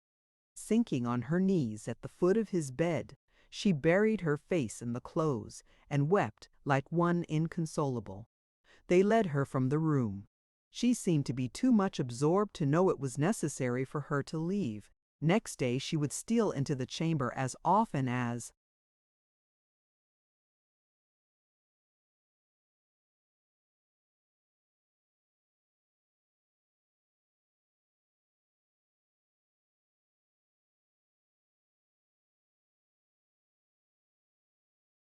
she could, to weep over his remains and ponder his last words to her. She moved about the house like an automaton, every duty performed but an abstraction from all, which shewed her thoughts were busied elsewhere. Susan wished her to attend his burial as one of the family, Louis and Mary and Jack. It was not thought best to send for, as the season would not allow them time for the journey. Susan provided her with a dress for the occasion, which was her first intimation that she would be allowed to mingle her grief with others. The day of the burials she was attired in her mourning dress, but Susan, in her grief, had forgotten a bonnet. She hastily ransacked the closets and found one of Mary's, trimmed with bright pink ribbon. It was too late to change the ribbon, and she was unwilling to leave Frado at home. She knew it would be the wish of James she should go with her, so tying it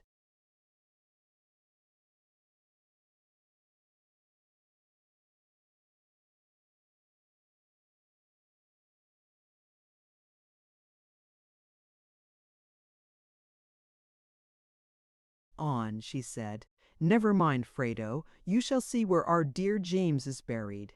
As she passed out, she heard the whispers of the bystanders.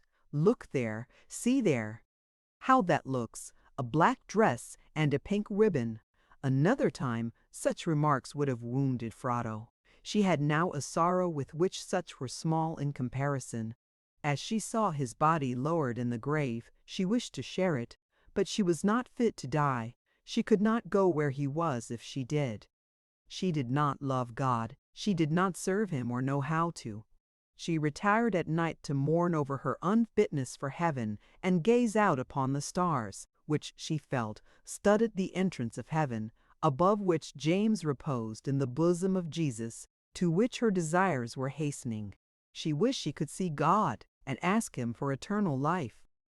Aunt Abby had taught her that he was ever looking upon her. Oh, if she could see him or hear him speak words!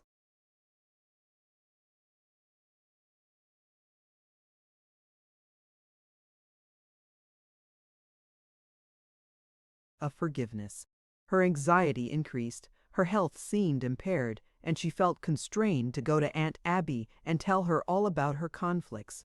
She received her like a returning wanderer, seriously urged her to accept of Christ, explained the way, read to her from the Bible, and remarked upon such passages as applied to her state. She warned her against stifling that voice which was calling her to heaven, echoed the farewell words of James, and told her to come to her with her difficulties, and not to delay a duty so important as attention to the truths of religion and her soul's interests. Mrs. Belmont would occasionally give instruction, though far different. She would tell her she could not go where James was. She need not try. If she should get to heaven at all, she would never be as high up as he. He was the attraction. Should she want to go there if she could not see him?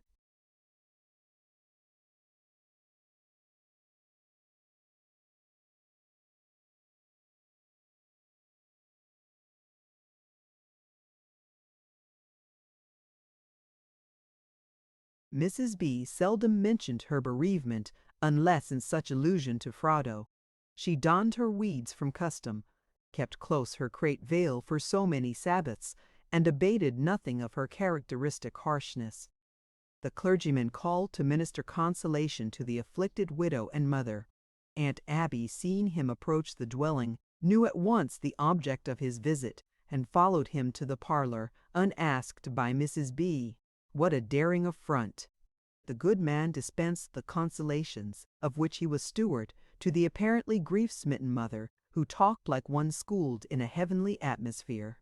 Such resignation expressed as might have graced the trial of the holiest. Susan, like a mute sufferer, bared her soul to his sympathy and godly counsel, but only replied to his questions in short syllables. When he offered prayer, Fratto stole to the door that she might hear of the heavenly bliss of one who was her friend on earth. The prayer caused profuse weeping, as any tender reminder of the heaven-born was sure to. When the good man's voice ceased, she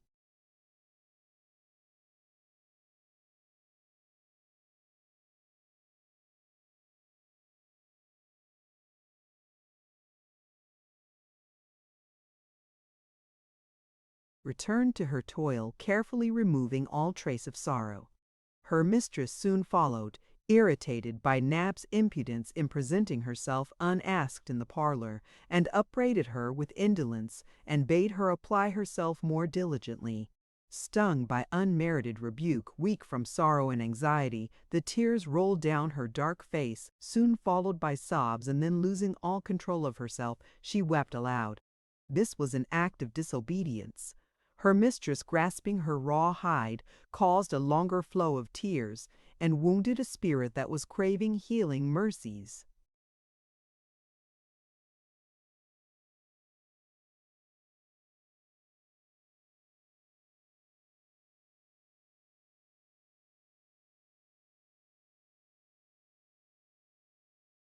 Chapter 10. Perplexities, Another Death.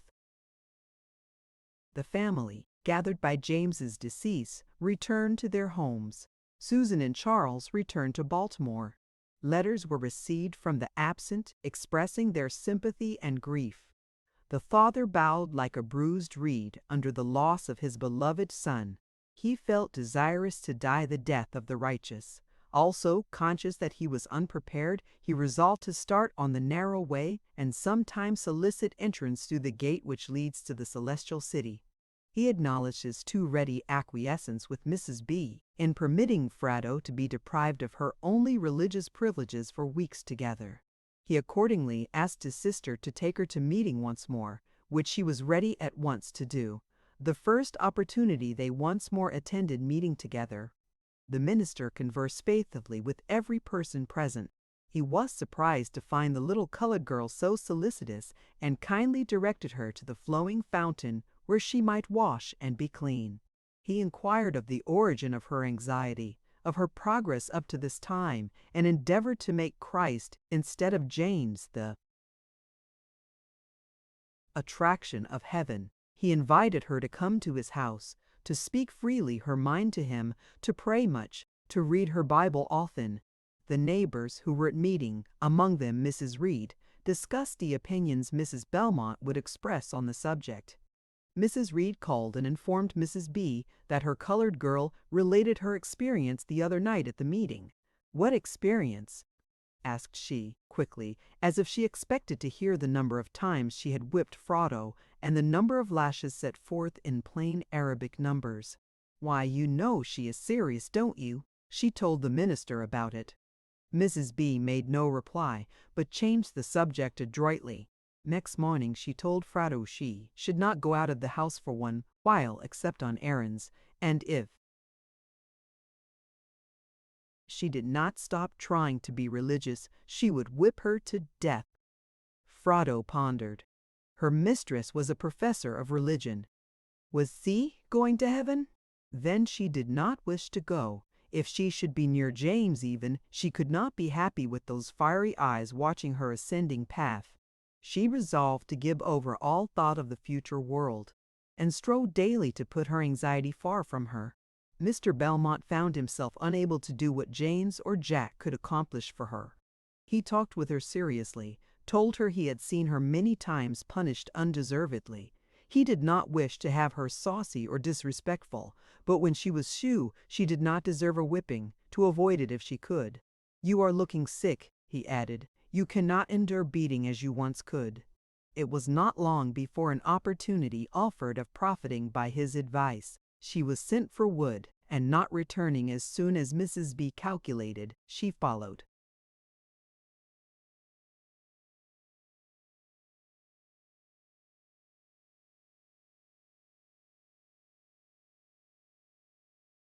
her, and snatching from the pile a stick, raised it over her. "Stop!" shouted Fratto. "Strike me, and I'll never work a mite more for you." And throwing down what she had gathered, stood like one who feels the stirring of free and independent thoughts. By this unexpected demonstration, her mistress, in amazement, dropped her weapon, desisting from her purpose of chastisement. Fratto walked towards the house, her mistress following with the wood she herself was sent after. She did not know, before, that she had a power to ward off assaults. Her triumph in seeing her enter the door with her burden repaid her for much of her former suffering. It was characteristic of Mrs. B never to rise in her majesty unless she was sure she should be victorious. This affair never met with an afterclap like many others. Thus passed a year, the usual amount of scolding, but fewer whippings. Mrs. longed once more for Mary's return, who had been absent over a year, and she wrote imperatively for her to come quickly to her. A letter came in reply, announcing that she would comply as soon as she was sufficiently recovered from an illness which detained her. No serious apprehensions were cherished by either parent, who constantly looked for notice of her arrival by mail. Another letter brought tidings that Mary was seriously ill. Her mother's presence was solicited. She started without delay.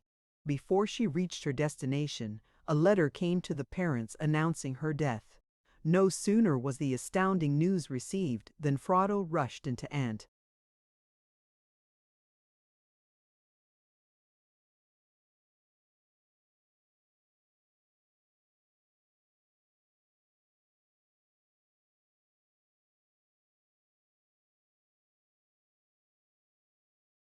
Abby's, exclaiming, "She's dead, Aunt Abby!" "Who?" she asked, terrified by the unprefaced announcement. "Mary, they've just had a letter." As Mrs. B was away, the brother and sister could freely sympathize, and she saw him in this fresh sorrow, to communicate such solace as she could, and to learn particulars of Mary's untimely death, and assist him in his journey thither. It seemed a thanksgiving to Fratto. Every hour or two she would pop into Aunt Abby's room with some strange query. "She got into the river again, Aunt Abby, didn't she? The Jordan is a big one to tumble into, anyhow. S'posen she goes to hell, she'll be as black as I am."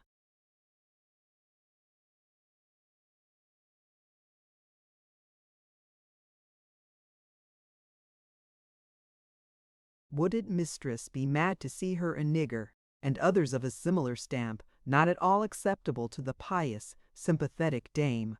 But she could not evade them. The family returned from their sorrowful journey, leaving the dead behind. Nig looked for a change in her tyrant. What could subdue her if the loss of her idol could not? Never was Mrs. B known to shed tears so profusely as when she reiterated to one and another the sad particulars of her darling's sickness and death. There was indeed a season of quiet grief. It was the low of the fiery elements. A few weeks revived the former tempests, and so at variance did they seem with chastisement sanctified that Fratto felt them to be unbearable. She determined to flee. But where? Who would take her? Mrs. B had always represented her ugly. Perhaps everyone thought her so. Then no one would take her. She was black. No one would love her. She might have to return, and then she would be more in her.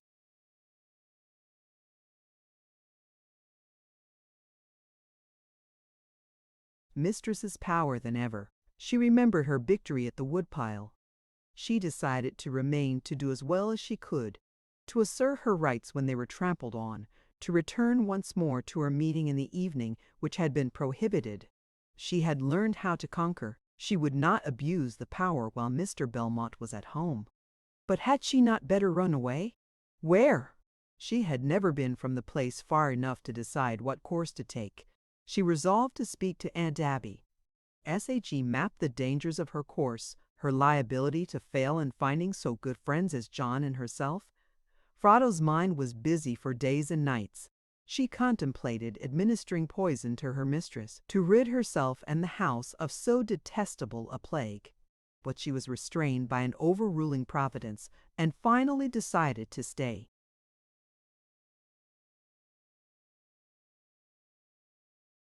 Contentedly through her period of service, which would expire when she was 18 years of age. In a few months, Jane returned home with her family to relieve her parents, upon whom years and affliction had left the marks of age. The years intervening since she had left her home had in some degree softened the opposition to her unsanctioned marriage with George. The more Mrs. B had about her, the more energetic seemed her directing capabilities and her fault-finding propensities. Her own she had full power over, and Jane, after vain endeavors, became disgusted, weary, and perplexed, and decided that, though her mother might suffer, she could not endure her home. They followed Jack to the West. Thus vanished all hopes of sympathy or relief from this source to Fredo. There seemed no one capable of enduring the oppressions of the house but her. She turned to the darkness of the future with the determination previously formed to remain until she should be 18. Jane begged her to follow her so soon as she should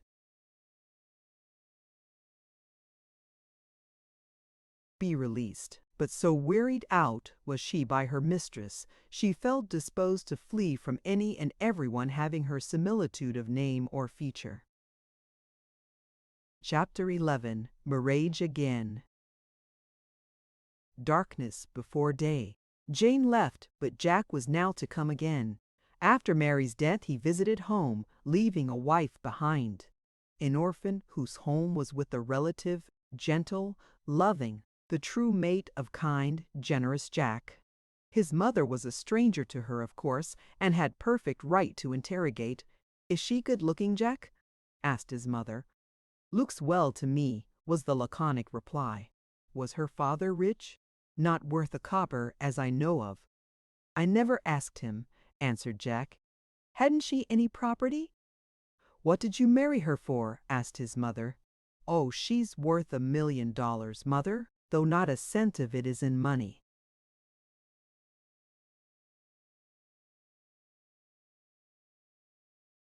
"Jack, what do you want to bring such a poor being into the family for? You'd better stay here at home and let your wife go. Why couldn't you try to do better and not disgrace your parents?"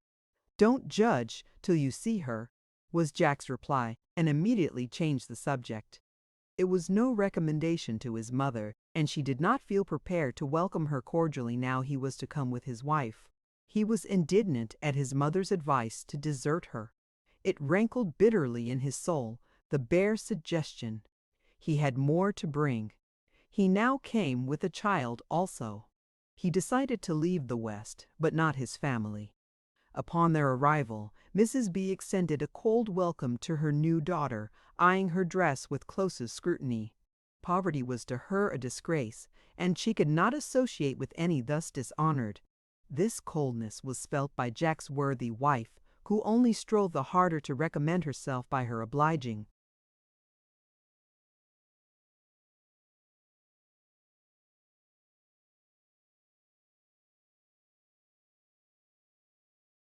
winning ways. Mrs. B could never let Jack be with her alone without complaining of this or that deficiency in his wife. He cared not so long as the complaints were piercing his own ears. He would not have Jenny disquieted. He passed his time in seeking employment. A letter came from his brother Louis, then at the South, soliciting his services. Leaving his wife, he repaired thither. Mrs. B felt that great restraint was removed, that Jenny was more in her own power. She wished to make her feel her inferiority, to relieve Jack of his burden if he would not do it himself. She watched her incessantly, to catch at some act of Jenny's which might be construed into conjugal unfaithfulness. Nearby were a family of cousins, one a young man of Jack's age, who, from love to his cousin, proffered all needful courtesy to his stranger relative. Soon news reached Jack that Jenny was deserting her covenant vows and had formed an illegal intimacy with his cousin. Meantime, Jenny was told by her mother-in-law that Jack did not marry her untrammeled. He had another love whom he would be glad, even now, if he could, to marry. It was very doubtful if he ever came for her. Jenny would feel pained by her unwelcome gossip, and, glancing at her child, she decided, however true it might be, she had a pledge which would enchain him yet. Ere long, the mother's inveterate hate crept out into some neighbor's enclosure, and, caught up hastily, they passed the secret round till it became none, and Lewis was sent for, the brother by whom Jack was employed. The neighbors saw her fade in health and spirits. They found letters never reached their destination when sent by either. Lewis arrived with the joyful news that he had come to take Jenny home with him.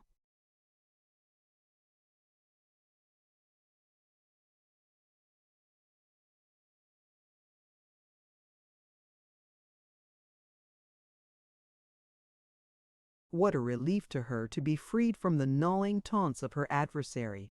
Jenny retired to prepare for the journey, and Mrs. B. and Henry had a long interview. Next morning he informed Jenny that new clothes would be necessary in order to make her presentable to Baltimore society, and he should return without her, and she must stay till she was suitably attired. Disheartened, she rushed to her room and, after relief from weeping, wrote to Jack to come, to have pity on her and take her to him. No answer came. Mrs. Smith, a neighbor, watchful and friendly, suggested that she ride away from home and employ someone to carry it to the office who would elude Mrs. B., who, they very well knew, had intercepted Jenny's letter and influenced Lewis to leave her behind. She accepted the offer, and Frodo succeeded in managing the affair so that Jack soon came to the rescue, angry, wounded, and forever after alienated from his early home and his mother. Many times would Frodo steal up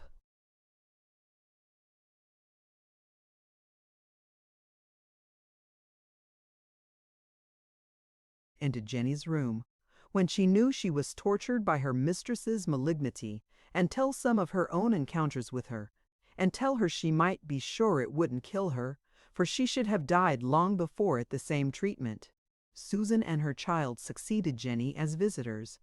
Frodo had merged into womanhood and, retaining what she had learned in spite of the few privileges enjoyed formerly, was striving to enrich her mind. Her school books were her constant companions, and every leisure moment was applied to them. Susan was delighted to witness her progress, and some little book from her was a reward sufficient for any task imposed, however difficult. She had her book always fastened open near her, where she could glance from toil to soul refreshment. The approaching spring would close the term of years which Mrs. B. claimed as the period of her servitude. Often as she passed the waymarks of former years, did she pause to ponder on her situation and wonder if she could succeed in providing for her own wants. Her health was delicate, yet she resolved to try.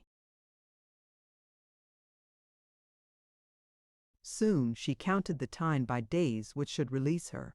Mrs. B. felt that she could not well spare one who could so well adapt herself to all departments, man, boy, housekeeper, domestic, etc.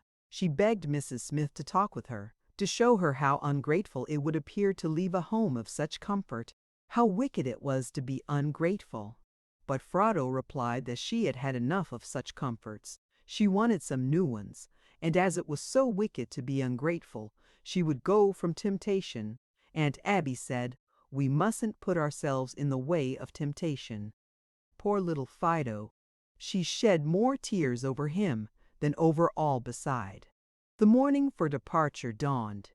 Frodo engaged to work for a family a mile distant. Mrs. Belmont dismissed her with the assurance that she would soon wish herself back again, and a present of a silver $50. Her wardrobe consisted of one decent dress without any superfluous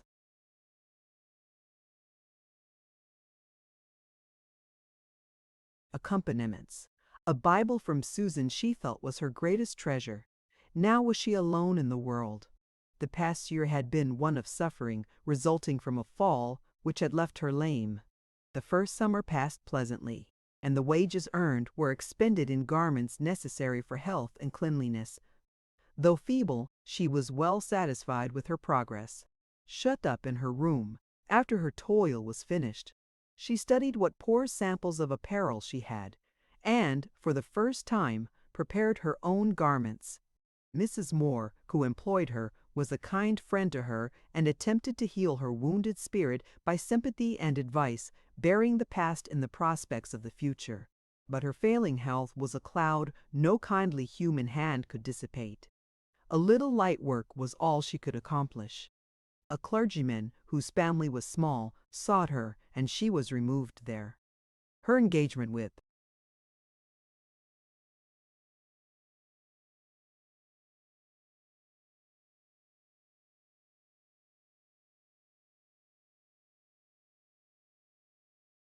Mrs. Moore finished in the fall. Freda was anxious to keep up her reputation for efficiency and often pressed far beyond prudence. In the winter she entirely gave up work and confessed herself thoroughly sick. Mrs. Hale, soon overcome by additional cares, was taken sick also, and now it became necessary to adopt some measures for Frado's comfort as well as to relieve Mrs. Hale. Such dark forebodings as visited her as she lay, solitary and sad, no moans or sighs could relieve. The family physician pronounced her case one of doubtful issue. Freda hoped it was spinal.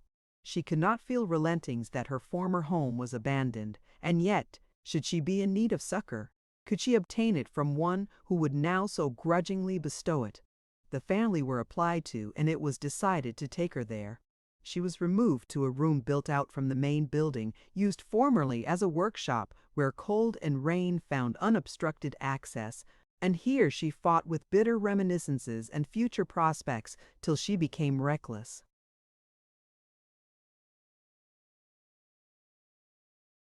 of her faith and hopes and person, and half wished to end what nature seemed so tardily to take. Aunt Abby made her frequent visits, and at last had her removed to her own apartment, where she might supply her wants and minister to her once more in heavenly things. Then came the family consultation. "What is to be done with her?" asked Mrs. B. "After she's moved there with Nab?" "Send for the doctor, your brother," Mr. B. replied.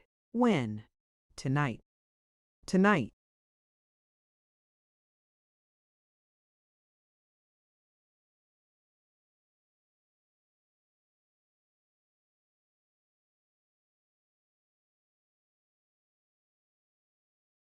Tonight. And for her, wait till morning, she continued. She has waited too long now. I think something should be done soon. "I doubt if she is much sick," sharply interrupted Mrs. B. "Well, we'll see what our brother thinks." His coming was longed for by Freda, who had known him well during her long sojourn in the family, and his praise of her nice butter and cheese, from which his table was supplied, she knew he felt as well as spoke. "You're sick, very sick," he said quickly after a moment's pause. "Take good care of her, Abby, or she'll never get well, all broken down." "Yes, it was at Mrs. Moore's," said Mrs. B. "All this was done. She did but little the latter part of the time she was here.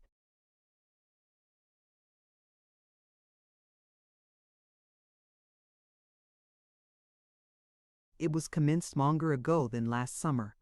Take good care of her. She may never get well," remarked the doctor. "We shan't pay you for doctoring her. You may look to the town for that, sir," said Mrs. B., and abruptly left the room. "Oh dear, oh dear!" exclaimed Frado, and buried her face in the pillow. A few kind words of consolation, and she was once more alone in the darkness which enveloped her previous days.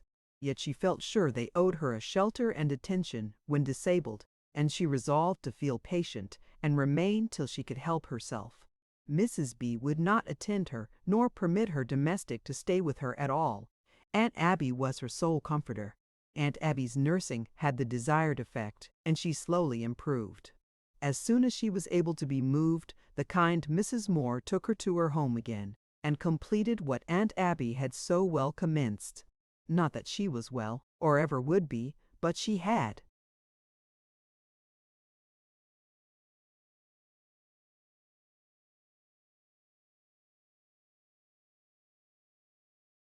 Recovered so far as rendered it hopeful she might provide for her own wants.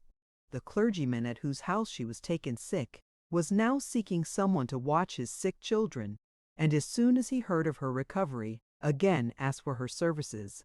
What seemed so light and easy to others was too much for Frado, and it became necessary to ask once more where the sick should find an asylum.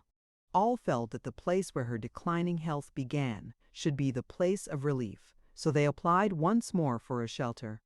"No," exclaimed the indignant Mrs. B., "she shall never come under this roof again, never, never," she repeated, as if each repetition were a bolt to prevent admission. One only resource, the public must pay the expense, so she was removed to the sign. Home of two maidens, old, who had principle enough to be willing to earn the money a charitable public disburses. 3 years of weary sickness wasted her without extinguishing a life apparently so feeble. 2 years had these maidens watched and cared for her, and they began to weary, and finally to request the authorities to remove her. Mrs. Hoggs was a lover of gold and silver, and she asked the favor of filling her coffers by caring for the sick. The removal caused severe sickness. By being bolstered in the bed, after a time she could use her hands, and often would ask for sewing to beguile the tedium. She had become very expert with her needle the first year of her release from Mrs. B., and she had forgotten none of her skill. Mrs. H. praised her, and as she improved in health, was anxious to employ her. She told her she could in this way replace her clothes, and as her board would be paid for, she would thus gain something.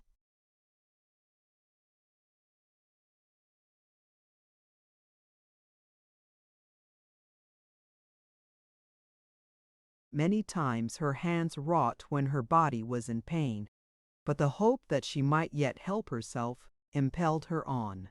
Thus she reckoned her store of means by a few dollars, and was hoping soon to come in possession, when she was startled by the announcement that Mrs. Hoggs had reported her to the physician and town officers as an impostor, that she was, in truth, able to get up and go to work. This brought on a severe sickness of 2 weeks, when Mrs. Moore again sought her and took her to her home. She had formerly had wealth at her command, but misfortune had deprived her of it, and unlocked her heart to sympathies and favors she had never known while it lasted. Her husband, defrauded of his last means by a branch of the Belmont family, had supported them by manual labor, gone to the West and left his wife and 4 young children, but she felt humanity required her to give a shelter to one she knew to be worthy of a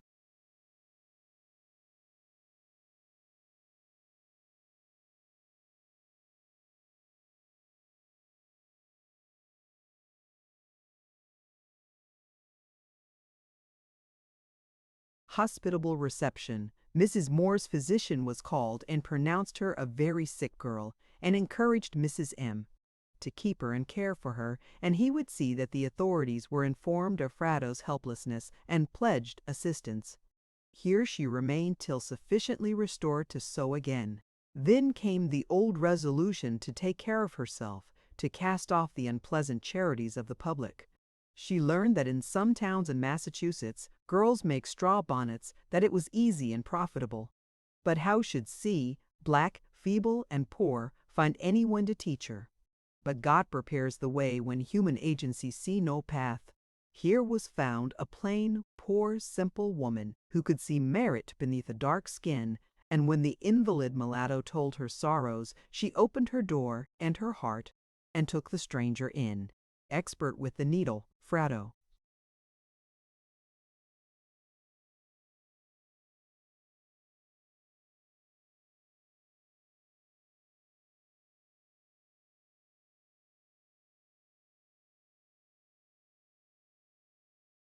Soon equaled her instructress, and she sought also to teach her the value of useful books, and while one read aloud to the other of deeds, historic and names renowned, Frado experienced a new impulse.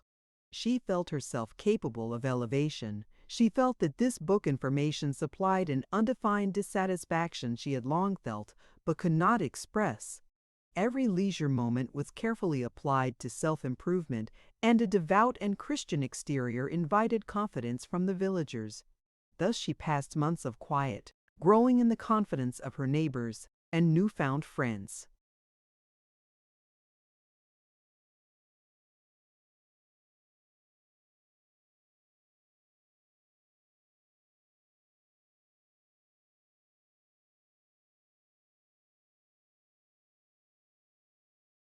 Chapter 12. The Winding Up of the Martyr.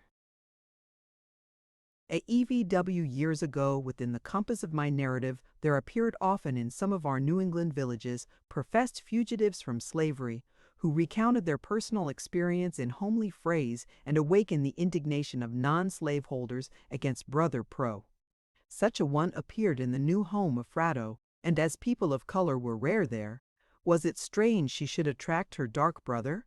That he should inquire her out, succeed in seeing her, feel a strange sensation in his heart towards her? That he should toy with her shining curls, feel proud to provoke her to smile and expose the ivory concealed by thin, ruby lips? That her sparkling eyes should fascinate? That he should propose? That they should marry? A short acquaintance was indeed an objection, but she saw him often and thought she knew him. He never spoke of his enslavement to her when alone, but she felt that, like her own oppression, it was painful to disturb oftener than was needful.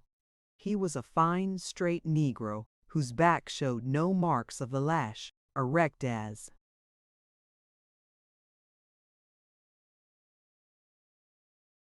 if it never crouched beneath a burden. There was a silent sympathy which Frado felt attracted her, and she opened her heart to the presence of love, that arbitrary and inexorable tyrant.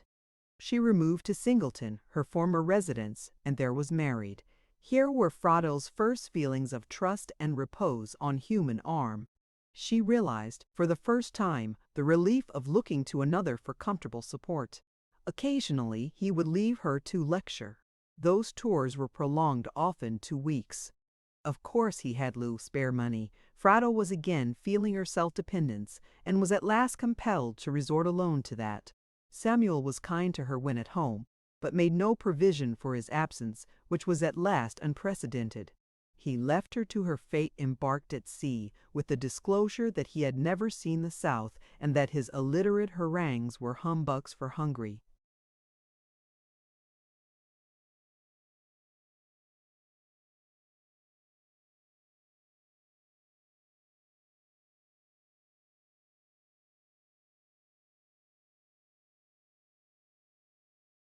Abolitionists. Once more alone, yet not alone. A still newer companionship would soon force itself upon her. No one wanted her with such prospects. Herself was burden enough. Who would have an additional one? The horrors of her condition nearly prostrated her, and she was again thrown upon the public for sustenance. Then followed the birth of her child. The long-absent Samuel unexpectedly returned and rescued her from Charity. Recovering from her expected illness, she once more commenced toil for herself and child in a room obtained of a poor woman, but with better fortune. One so well known would not be wholly neglected. Kind friends watched her when Samuel was from home, prevented her from suffering, and when the cold weather pinched the warmly clad, a kind friend took them in and thus preserved them. At last, Samuel's business became very engrossing, and after long desertion, news reached his family that he had become a victim of yellow fever in New Orleans.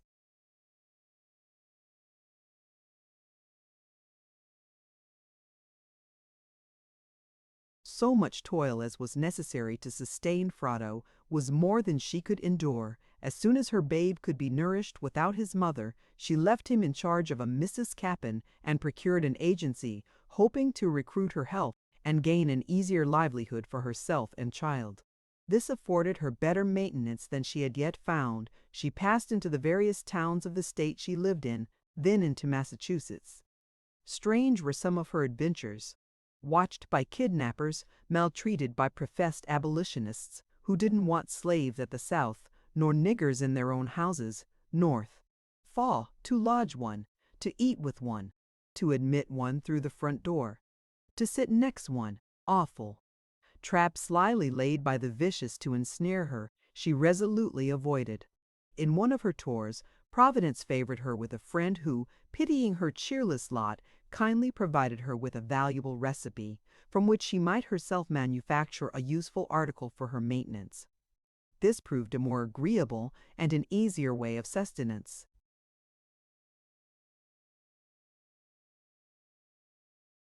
And thus to the present time may you see her busily employed in preparing her merchandise. Then sallying forth to encounter many frowns, but some kind friends and purchasers. Nothing turns her from her steadfast purpose of elevating herself. Reposing on God, she has thus far journeyed securely. Still an invalid, she asks your sympathy, gentle reader. Refuse not, because some part of her history is unknown, save by the omniscient God. Enough has been unrolled to demand your sympathy and aid. Do you ask the destiny of those connected with her early history? A few years only have elapsed since Mr. and Mrs. B passed into another world. As age increased, Mrs. B became more irritable, so that no one, even her own children, could remain with her, and she was accompanied by her husband to the home of Lewis, where, after an agony and death unspeakable, she passed away. Only a few months since, Aunt Abby entered heaven. Jack and his wife rest in heaven, disturbed by no intruders, and Susan and her child are yet with the living. Jane.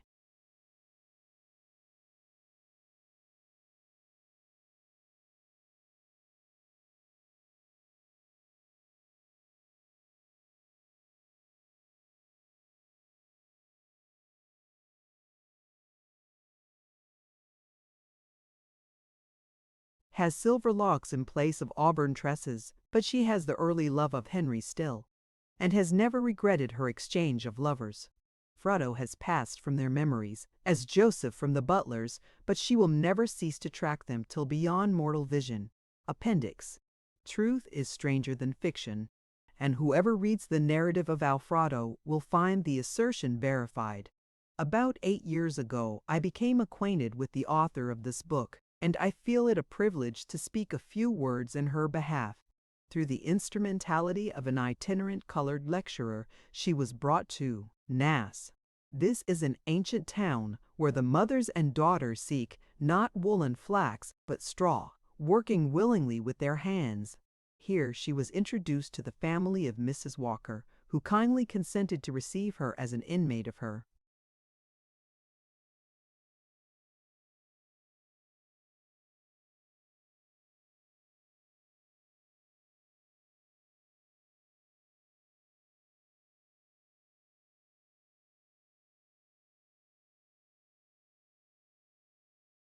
household, and immediately succeeded in procuring work for her as a straw sewer. Being very ingenious, she soon acquired the art of making hats, but on account of former hard treatment, her constitution was greatly impaired, and she was subject to seasons of sickness. On this account, Mrs. W. gave her a room joining her own chamber, where she could hear her faintest call. Never shall I forget the expression of her black but comely face as she came to me one day exclaiming, "Oh, Ange, I have at last found a home, and not only a home, but a mother. My cup runneth over. What shall I render to the Lord for all his benefits?" Months passed on, and she was happy, truly happy. Her health began to improve under the genial sunshine in which she lived, and she even looked forward with joyful hope to the future. But, alas, it is not in man that walketh to direct his steps. One beautiful morning in the early spring of 1842, as she was taking her usual walk, she chanced to meet her old friend, the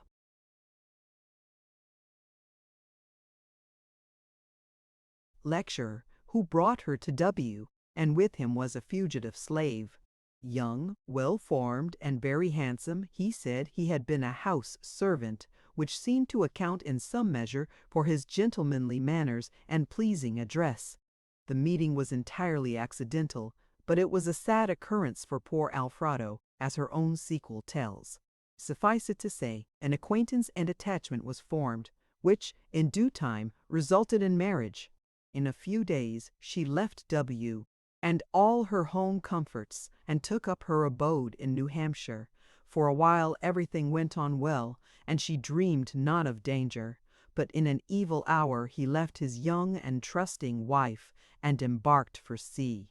She knew nothing of all this and waited for his return, but she waited in vain. Days passed, weeks passed, and he came not. Then her heart failed her. She felt herself deserted at a time when, of all others, she most needed the care and soothing attentions of a devoted husband. For a time she tried to sustain herself, but this was impossible. She had friends, but they were mostly of that class who are poor in New Luton.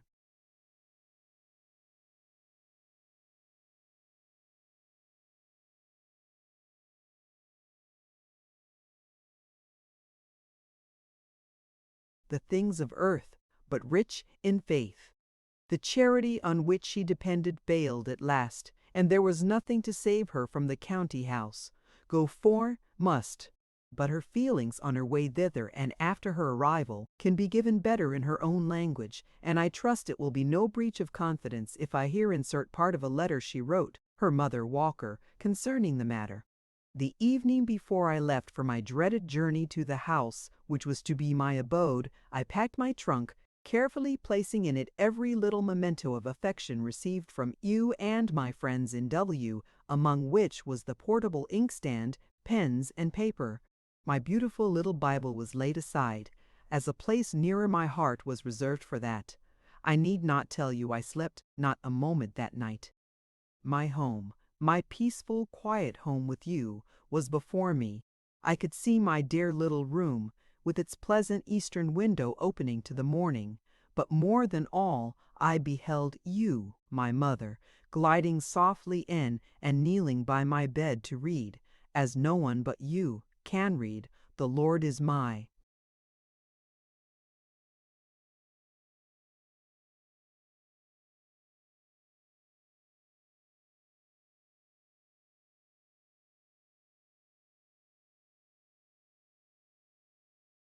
Shepherd, I shall not want, but I cannot go on, for tears blind me. For a description of the morning and of the scant breakfast I must wait until another time. We started.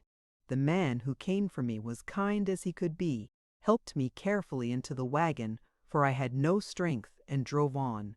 For miles I spoke not a word. Then the silence would be broken by the driver uttering some sort of word the horse seemed to understand, for he invariably quickened his pace. And so, just before nightfall, we halted at the institution, prepared for the homeless.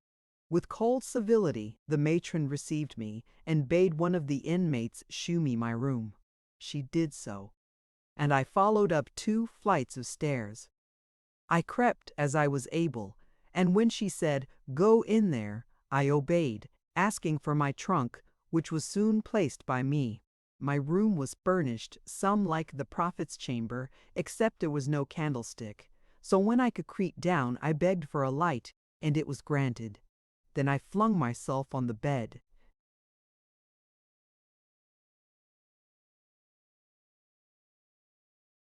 Cried, until I could cry no longer. I rose up and tried to pray. The Savior seemed near. I opened my precious little Bible, and the first verse that caught my eye was, "I am poor and needy, yet the Lord thinketh upon me." Oh, my mother, could I tell you the comfort this was to me? I sat down, calm, almost happy, took my pen and wrote on the inspiration of the moment, "O Holy Father, by thy power thus far in life I'm brought, and now in this dark, trying hour, O God, forsake me not. Didst thou not nourish and sustain my infancy and youth? Have I not testimonials, plain, of thy unchanging truth?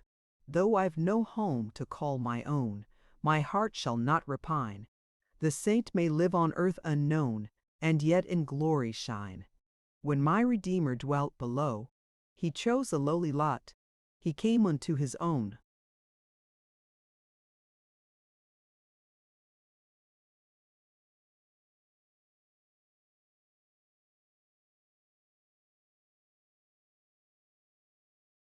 below. His own received him not. Off was the mountain his abode, the cold, cold earth his bed. The midnight moon shone softly down on his unsheltered head. But my head was sheltered, and I tried to feel thankful. 2 or 3 letters were received after this by her friends in W, and then all was silent. No one of us knew whether she still lived or had gone to her home on high. But it seems she remained in this house until after the birth of her babe. Then her faithless husband returned and took her to some town in New Hampshire, where for a time he supported her and his little son decently well. But again he left her as before suddenly and unexpectedly, and she saw him no more. Her efforts were again successful in a measure in securing a meager maintenance for a time, but her struggles with poverty and sickness were severe. At length a door of hope was opened. A kind gentleman and lady took her little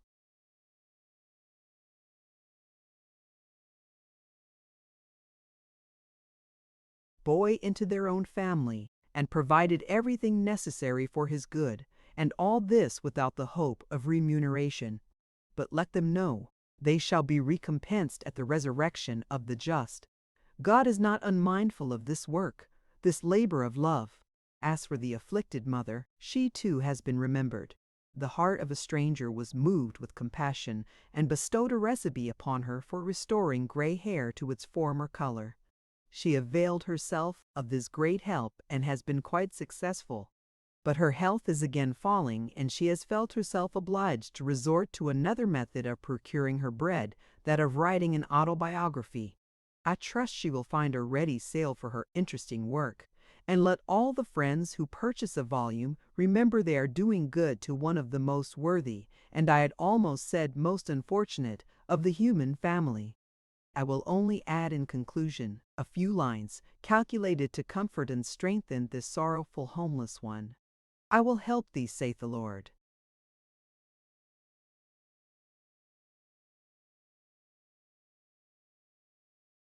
I will help thee. Promise, kind, made by our high priest above, soothing to the troubled mind, full of tenderness and love. I will help thee, when the storm gathers dark on every side, safely from impending harm in my sheltering bosom hide. I will help thee, weary saint, cast thy burdens all on me. Oh, how canst thou tire or faint while my arm encircles thee? I have pitied every tear, heard and counted every sigh. Ever lend a gracious ear to thy supplicating cry. What though thy wounded bosom bleed, pierced by affliction's dart? Do I not all thy sorrows heed, and bear thee on my heart?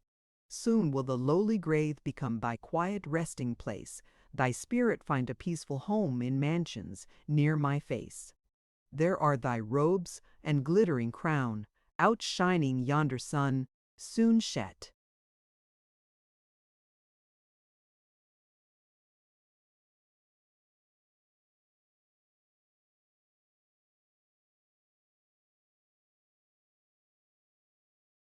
Thou lay the body down, and put those glories on. Long has thy golden lyre been strung, which angels cannot move.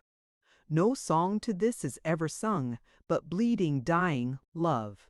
Alida, having known the writer of this book for a number of years, and knowing the many privations and mortifications she has had to pass through, I the more willingly add my testimony to the truth of her assertions. She is one of that class who by some are considered not only as little lower than the angels, but far beneath them. But I have long since learned that we are not to look at the color of the hair, the eyes, or the skin, for the man or woman. Their life is the criterion we are to judge by. The writer of this book has seemed to be a child of misfortune. Early in life she was deprived of her parents and all those endearing associations.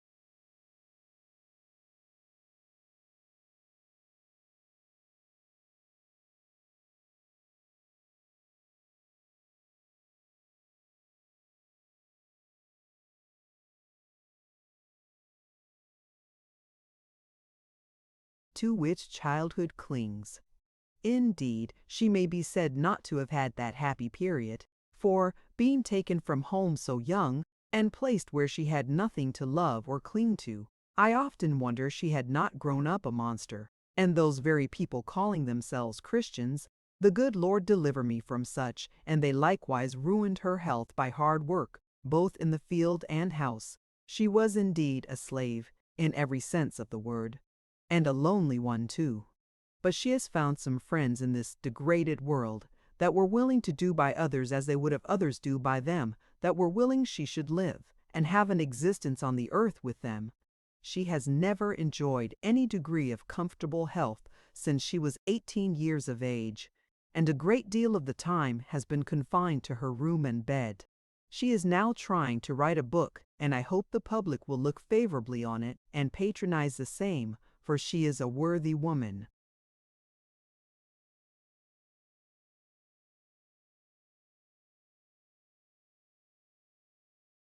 Her own health being poor, and having a child to care for, by the way, she has been married, and she wishes to educate him. In her sickness, he has been taken from her and sent to the county farm because she could not pay his board every week. But as soon as she was able, she took him from that P.L.'s, and now he has a home where he is contented and happy, and where he is considered as those he is with.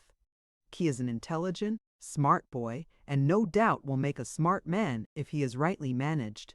He is beloved by his playmates and by all the friends of the family, for the family do not recognize those as friends who do not include him in their family, or as one of them, and his mother as a daughter, for they treat her as such, and she certainly deserves all the affection and kindness that is bestowed upon her, and they are always happy to have her visit them whenever she will. They are not wealthy, but the latch string is always out when suffering humanity needs a shelter. The last loaf they are willing to divide with those more needy than themselves. Remembering these words, do.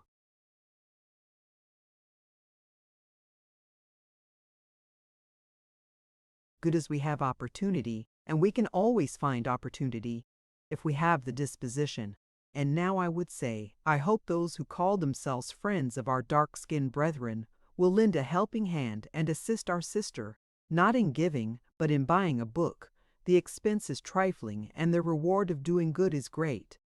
Our duty is to our fellow beings, and when we let an opportunity pass, we know not what we lose.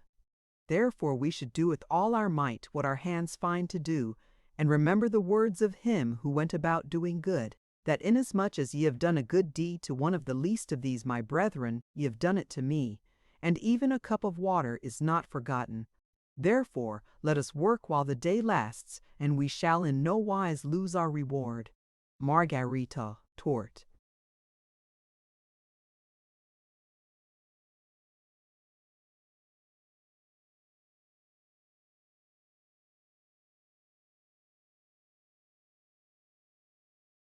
Milford, Jury's 20th, 1859.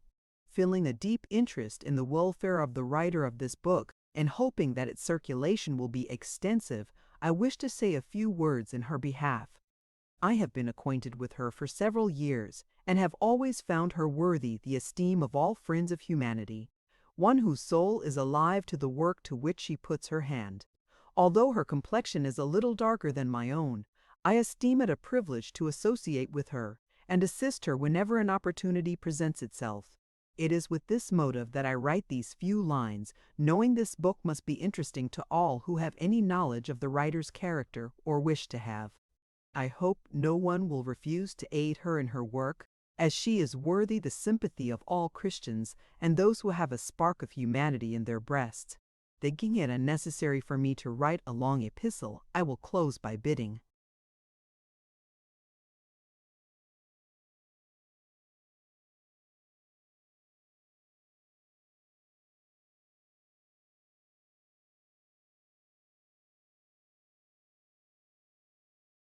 her Godspeed. CDS. Note of e-text transcriber, joined contractions were separated, e.g., de ent has become don't, and omitted the accent on protégé on page 42. In addition, I have made the following changes to the text. Page line original changed to 11:1, unintend 21:22, decrepit 44, inute ant 47:9, Mrs. 51 whipped, 54 dote, God, 54 jumped 162 12 housekeeper housekeeper 18 long 4 mong 4 9213 y 9213 w at what 9223 did want 9915 aunt 12123 she shill 137 sympathy sympathy.